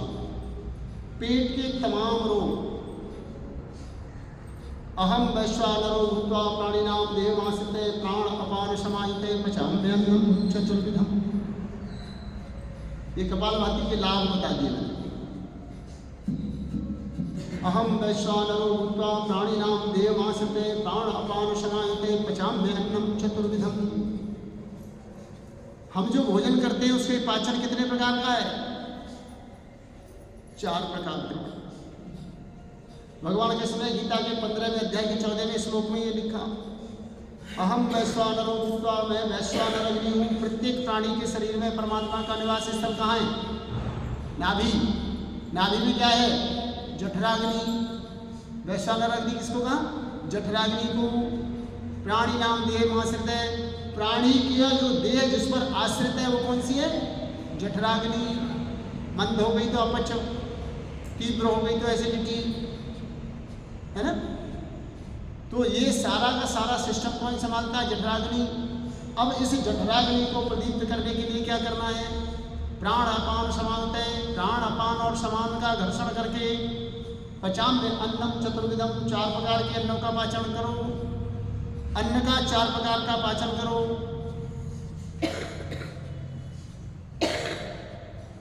आप लोगों को ये पढ़ाई दिया गया होगा, नहीं तो यहाँ कौन सा है? उदान। पंच प्राण पढ़ाए ना? प्राण अपान समान व्यान उदान, नागपूर्ण कृकल देवदत्त और धनंजय। यहाँ कौन सा है? उदान। प्राण समान, नीचे अपान, व्यान पूरे शरीर में। तो अब हम कपालभाति कर रहे हैं तो क्या हो रहा है? प्राण अपान समान, समान होता है, इनको सम करना है। ऊपर प्राण, बीच में समान, नीचे अपान। क्या हो रहा है? इन तीनों का मंथन चल रहा है। अब जब मंथन होगा तो क्या होगा? जो भोजन करते हैं उसका क्या होगा? 4 प्रकार का पाचन। भोजन खाते हैं, गीता के में जब पढ़ोगे और उसमें अर्थ देखोगे तो वहाँ अर्थ थोड़ा सा भिन्न है।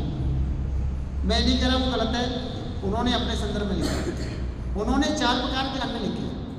हम जितने भोजन करते हैं वो उनका वर्गीकरण 4 प्रकार का है। कौन कौन से 4 होते हैं किसको बताएगा? सबसे पहले जो खाए जाते हैं, चबाकर खाए जाते हैं, उन्हें कहते हैं भक्ष्य। और जो चूसे जाते हैं वो चोष से, जो जीव से चाटे जाते हैं वो लेह, और जो पिए जाते हैं वो पेय। 4 प्रकार के अन्न भोजन है। गीताकार ने 4 प्रकार के अन्नों का पाचन होता है ऐसा लिखा है, पर मेरे लिए वो पर्याप्त नहीं। मेरे लिए क्या है कि जो हम अन्न खाते हैं उसका 4 प्रकार का पाचन होता है, जो कपालभाति ठीक करती है। क्या क्या होता है? पेट में डाइजेशन, जो भोजन खाया डायग्राम ने उसको मथा, हाइड्रोक्लोरिक एसिड ने गलाया और उसको पीस के ग्राइंड करके पेस्ट बना दिया। ये क्या है? डाइजेशन। डाइजेशन। डाइजेशन। अब वो आगे बढ़ा तो एक लीवर से और पैंक्रियास से जूस आया, वो एसिड उसके ऊपर जब डाला गया तो वो एकदम पतला और छारी हो गया। पोषक तत्व अलग, पानी अलग और उसका मटेरियल अलग। तो फिर छोटी आंत क्या करती है? एब्जॉर्प्शन, उसमें से सोखती है पानी को, पोषक तत्वों को, मिनरल को, और वो कहाँ भेजती है? रक्त में। वो रक्त जब किडनी और लीवर के संपर्क में जाता है तो उसमें से पानी और पानी के साथ साथ जो टॉक्सिन्स होते हैं वो सोख लिए जाते हैं। शुद्ध रक्त बनता है। तो इसको क्या कहेंगे हम? Digestion, absorption, assimilation. उसका एसिमुलेशन चल रहा है। एसिमुलेशन क्या है? एसिमुलेशन में क्या क्या होता है? सप्त धातुओं का निर्माण। सप्त धातु कौन कौन से? बताओ, धातु पढ़ाए थे आपको? पढ़ाए ना ओम प्रकाश जी, बड़े विद्वान व्यक्ति हैं। रक्त। मैं तो रिपीट करा आपको, उसके प्राणायाम से जोड़ रहा हूं। क्या क्या बना? भोजन से लिया गया रस, रस से बना रक्त, रक्त से बना मांस, मांस से मज्जा, मज्जा से बोन हड्डी, बोन में बैन मोरव, और बोन मैरो से बहनों में रज और पुरुषों में वीर्य। और योग के माध्यम से जब इसका लक्षण हुआ तो क्या बना? तेज, ओज। इसको मेडिकल साइंस किस नाम से बुलाती है? इम्यून सिस्टम हेल्थी हो गया। मेडिकल साइंस वाले क्या कहते हैं? इम्यून सिस्टम हेल्थी हो गया, है ना? एनर्जेटिक बॉडी, सामान्य भाषा में शरीर में ताकत, चेहरे पर तेज, ओज, है ना? वाणी में मधुरता। ओज क्या होता है? ओजस्वी चेहरा होता है जो पास में निकलने वाला है भी जानने के लिए उत्सुक हो। कौन व्यक्ति किसी को सुनने के बाद दोबारा सुनने को मन करे, वो क्या है उसका? तेज। और सुनने को मन करे, तेज, ओज, है ना? आयुर्वेद की भाषा में इसको क्या कहते हैं? रोग प्रतिरोधात्मक क्षमता। क्या आ गई? रोग प्रतिरोधात्मक क्षमता। तो ये डाइजेशन, एब्जॉर्प्शन, एसिमुलेशन, और उसके बाद चौथा क्या बचा? एलिमिनेशन या डिस्टिलेशन। जो आंतों में छोटी आंत के सूखने के बाद जो कचरा बच के बड़ी आंत में गया, वो बड़ी आंत से समय पर वॉशरूम में जाकर हमने मल त्याग, उसको मल त्याग कर दिया और वो पूरा एक बार में खाली हो गया। तो इसकी ये चारों क्रियाएं परफेक्ट किससे होता है? कपालभाति से होती है ना। तो इसलिए मैंने गीता के 15वें अध्याय का 14वां श्लोक इसके साथ बहुत बढ़िया रखा। एक श्लोक याद कर लो, चैलेंज के साथ नहीं भी बोलूं तो ये कपालभाति का लाभ, ये है कपालभाति, है ना? 15वें अध्याय का ये श्लोक, 15वें अध्याय का 14वां। 15वां अध्याय बहुत अच्छा है, उससे बहुत ज्ञान मिलता है। तो ये जो है हमें इस तरह से करना है। हम अपनी क्लास में जाएं, अच्छे टीचर बनना है। कह रहे भजन सुना दो, भजन नहीं, मेरे मन में कुछ और आ गया। क्या सुनाओ? आजकल नवरात्र चल रहे, भक्ति के दिन है, नवदा भक्ति सुनाओ। माता सबरी के आश्रम में जब राम गए तो उन्होंने कहा महाराज मुझे उपदेश दे दो। क्या सुनाया? नवदा भक्ति। चलो करो कपालभाति। 9 प्रकार की भक्ति होती है। भक्ति के प्रकार कितने? 9। इसलिए अच्छा, भक्ति कितने प्रकार के होते हैं?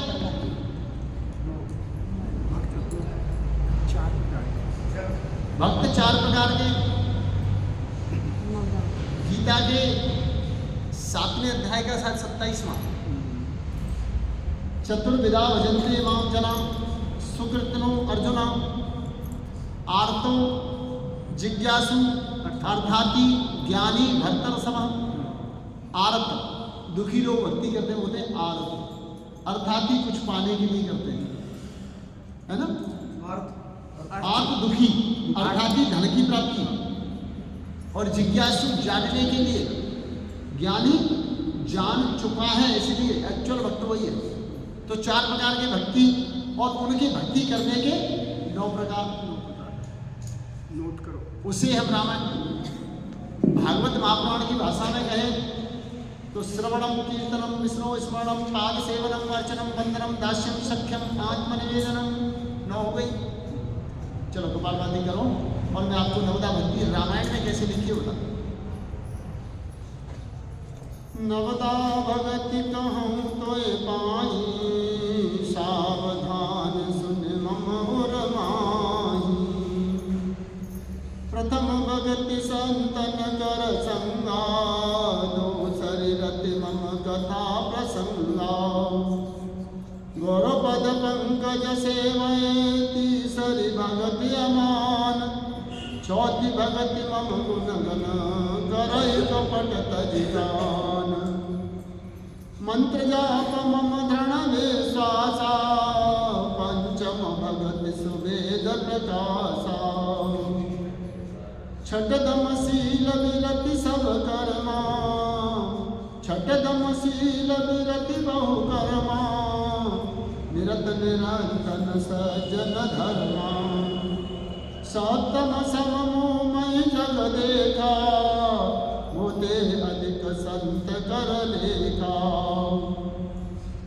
यद अष्टम यथा लाभ संतोषा सपने नहीं देख पर दोषा नवम सरल सवसन छलहीना ये विश्वास हरस नहीं दीना नवम हुए कौजिन के होई नारी पुरुष सचराचर कोई अतिशय प्रिय सुनिभामिन मोरे सकल प्रकार भगवत दृढ़ तोरे मम दर्शन फल परम अनुपा जीव पाव निज सहज स्वरूपा।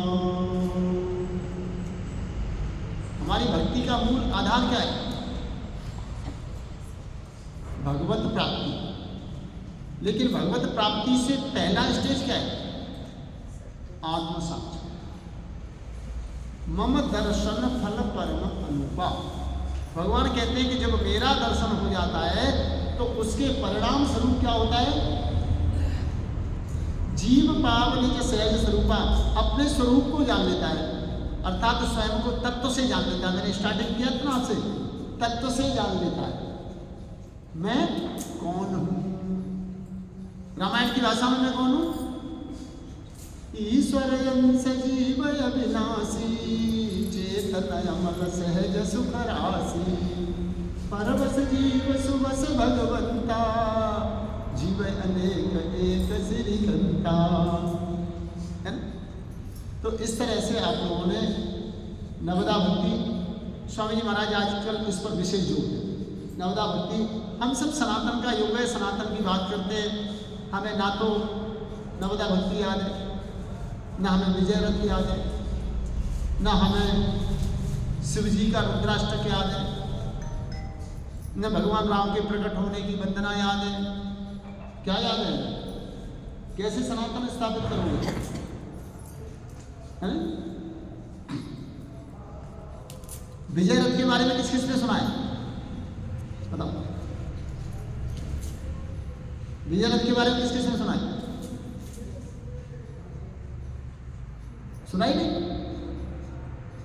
रामायण जब पढ़ोगे या रामायण जिन्होंने पढ़ी है तो भगवान राम जब युद्ध भूमि में आए खड़े थे और रावण अपना फाइटर प्लेन, उसका रथ क्या था?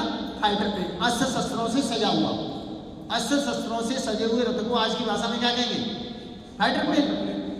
तो जब रावण फाइटर प्लेन लेके आया तो विभीषण को बड़ा आश्चर्य हुआ, ये युद्ध कैसे हो सकता है? दोनों में कोई समानता नहीं, कैसे लड़ोगे? तो राम से उसने प्रश्न कर, उस प्रश्न का जो उत्तर दिया उसे विभीषण गीता के नाम से जाना जाता है या फिर विजय रथ के नाम से। स्वामी जी महाराज आजकल अपनी क्लासों में इसको रोज लगभग तकरीबन विजय रथ में उन्होंने क्या है, विभीषण राम के पास गया और फिर कहा, रावण रथि बिरथ रघुबीरा देख विभीषण भयउ अधीरा अधिक प्रेम मन भा संदेहा बंद चरण कह सहित सलेहा नाथ नरत नहीं तन पद त्राणा के विधि जितवर बलवाना। महाराज वहां रथ है, तुम्हारे पैरों में चप्पल भी नहीं है, शरीर पे कोई कवच नहीं है और सामान्य योद्धा नहीं है। रावण एक विशिष्ट योद्धा है महाराज, बलवान शत्रु को जीतो कैसे? तो रावण उत्तर कह सखा सुनि कृपा निधाना जय जय हो सुस्वंदन आना। जिस रथ से विजय होती है वो मेरे पास है, रावण के पास नहीं। रावण ने, अब देखिए एक और चीज है, राम वहां कहते बात तो ठीक कह रहा है तो सारे बादलों का मनोबल टूट जाता है, ये कैसे होता है? तो अपनी सेना का मनोबल बढ़ाने के लिए उन्होंने क्या कि रावण के पास रथ है वो तो दिखावटी है, विजय के लिए जो रथ चाहिए वो मेरे पास है। सौरज धीरज के रथ चाका, सत्यशील धन ध्वजा पताका। शौर्य और धैर्य किसी भी योद्धा के लिए मेरे दोनों रथ के पहिए हैं, और मेरे दल मेरा सत्य और शील है वो मेरे रथ का झंडा है। सौरज धीरज के रथ चाका, सत्यशील धन ध्वजा पताका। बल विवेक बुद्धि परहित घोड़े, 4 घोड़े, बल विवेक बुद्धि परहित घोड़े, क्षमा दया समता रज जोड़े। जो घोड़ों की रस्सी होती है उसमें कितनी नल होती है? 3 रस्सियां होती है ना, बटी जाती है। तो क्षमा दया समता रज जोड़े। ईस भजन सारथ्य सुजाना, चर्म विरति संतोष कृपाना। ईश्वर का भजन मेरा सारथी है जो मेरा रथ आंता है। मैंने जो ईश्वर की आराधना की है, चर्म विरति जो मेरा वैराग्य है वो मेरी ढाल है, मेरा संतोष मेरी तलवार। दान परस बुद्धि सत्य प्रचंडा, वरवे ज्ञान कठिन को दंडा। जो मैंने अपने जीवन में दान किया है वो मेरा परसा है। मेरी जो बुद्धि है वो मेरी अमोघ शक्तियां है। वर विज्ञान कठिन को दंडा, और जो मैं विज्ञान का मैं भी अपना रुचि रखता हूं, मेरा ज्ञान और विज्ञान है उसका धनुष है। अमल अचल मन द्रोण समाना। मेरा जो मन विचलित नहीं होता, अमल है, बिना मैलों से रहित है और स्थिर है। वो क्या है? मेरा जो बाण रखने का तुरीन है। समदम नियम सिली मुख नाना। और ये जो यम और नियम आपको पढ़ाएंगे, ये क्या है? मेरे धनुष, मेरे बाण है, मेरे तीर है। यम नम यम और नियम सिली मुख नाना। कवच भेद में प्रभु पूजा, ये सब विजय उपाय न दूजा। विजय के लिए रथ चाहिए, उसमें क्या है? मेरे पास जो कवच है वो क्या है? गुरुओं का आशीर्वाद है। मेरे गुरुओं ने जो मुझे आशीर्वाद दिया है वो मेरा कवच है। महाघोर संसार जीत सके सो वीर, जाके असरत होए धन सुनो सखावती वीर। जिसके पास ऐसा रथ है वही तो युद्ध जीतेगा। तो इसका नाम क्या है? विजय रथ। और दूसरी भाषा में इसको कह सकते हैं विभीषण गीता। भगवान कृष्ण के सामने जब अर्जुन अधीर हुआ, हमारा युद्ध नहीं करूंगा, तो उन्होंने गीता सुनाई।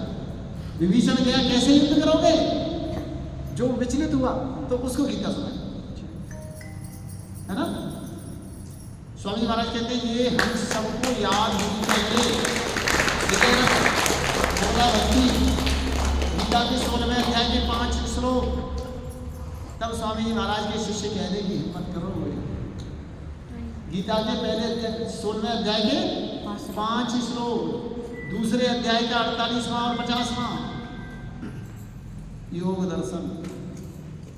और डरने की जरूरत नहीं, मैंने पहले ही बता दिया कि योगी जॉगिंग, सूर्य नमस्कार, वाले आसन, 8 प्राणायाम सीख लिए तो टीचर तो बन जाओगे, सर्टिफिकेट तो दिलवा देंगे, कोई बात नहीं। पर बनने के लिए मेहनत आपने करनी है। आप अच्छी जगह पर जाओ, आपके लिए क्लैपिंग हो, आपको कोई यूनिवर्सिटी वाले बुलाएं, आपको उसका पारितोषिक भी दें, किसी बड़ी हस्तियों को योग सिखाएं, तो उनके लिए कुछ ऐसा करके जाओ, ऐसा करो जो विशिष्ट हो। मुझे लगता है 7 मिनट बाकी रह गए, 8 बजे तक क्लास है, तो मैं अपनी वाणी को विराम दे दूँ। परीक्षा मौजूद है, आशीर्वाद लेना है, तो साथ की बात कर दें।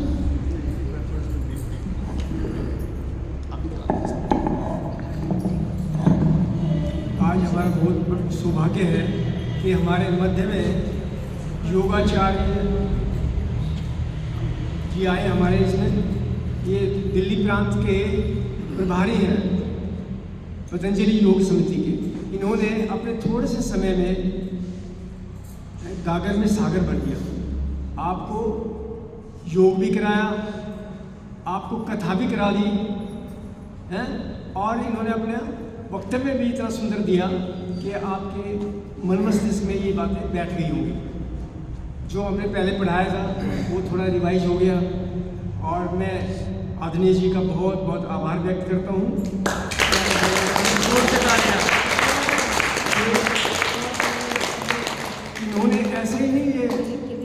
आपके सामने बैठे हैं, बोल रहे हैं। इन्होंने बहुत प्रचंड पुरुषार्थ किया है अपने जीवन में।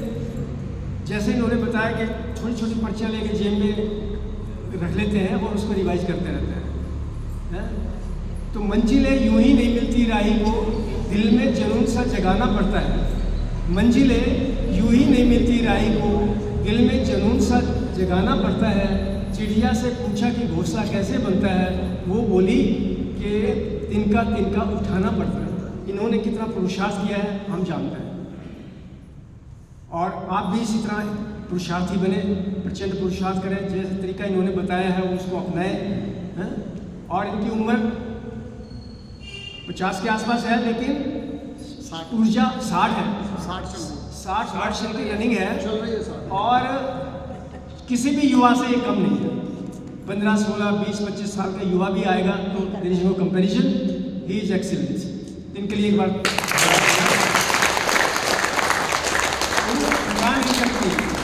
उम्र थका नहीं सकती और ठोकरें गिरा नहीं सकती। जब परिस्थिति भी, जब दिन में जुनून सा जाग गया है तो परिस्थितियाँ भी उनको घेर नहीं सकती। तो हमारे आदमी जी ऐसे हैं, इनके लिए एक बार बहुत जोर से और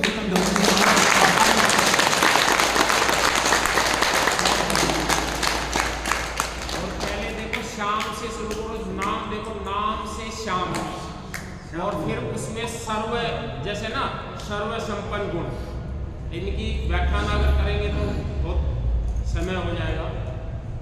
बाकी एक बार और हमारे बीच में आएंगे, पेपर होंगे उस दिन या उससे पहले, उस टाइम सारी तैयारी करेंगे। बिल्कुल बताने फिर आएंगे। झलक तो और सब इन्हीं के देखती सामने ही में ये हमने। हो रहा है ट्रेनिंग। आप ये अंदाजा लगाओ मैं कितनी दूर से आया हूँ। हाँ, तुम्हें पता लग गया सर। नोएडा से। हमारे आसपास ही ना मैं हमें आया पता हूँ 50 किलोमीटर सूरजकुंड, फरीदाबाद सूरजकुंड, बिल्कुल बदरपुर बॉर्डर। और 6 बजने में 1 मिनट में मेरे पास फोन आया, राज्यपाल जी यादव भवन के सामने खड़ा। ये है, अब आपको क्या बोलते हैं, बार बार बोलते हैं कि भोजन समय पे और सोना समय पे, उठना समय पे, 3 बात याद करनी है, बाकी तो सारे सिलेबस हो ही जाएगा। 100 धर्म मानो, इसी को कहते हैं। देख लो आप कितने दिव्य अभी आत्मा है। इनको सुनने के लिए शुक्ला जी ने आना था, मैंने को नहीं आना था। उन्होंने कहा आज शाम जी आ रहे संडे को, तो तुम रहने दो, मैं जाऊँ।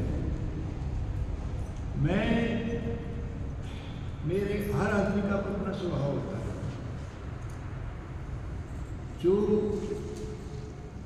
उनको कार्य मिला उसको वो निष्ठापूर्वक निभाते हैं, तो मुझे वही पसंद है। और वो उसको नहीं करते, वो पसंद नहीं, चाहे कितना भी सुंदर हो, कितना भी कुछ भी दरबार हो, दरबार हो,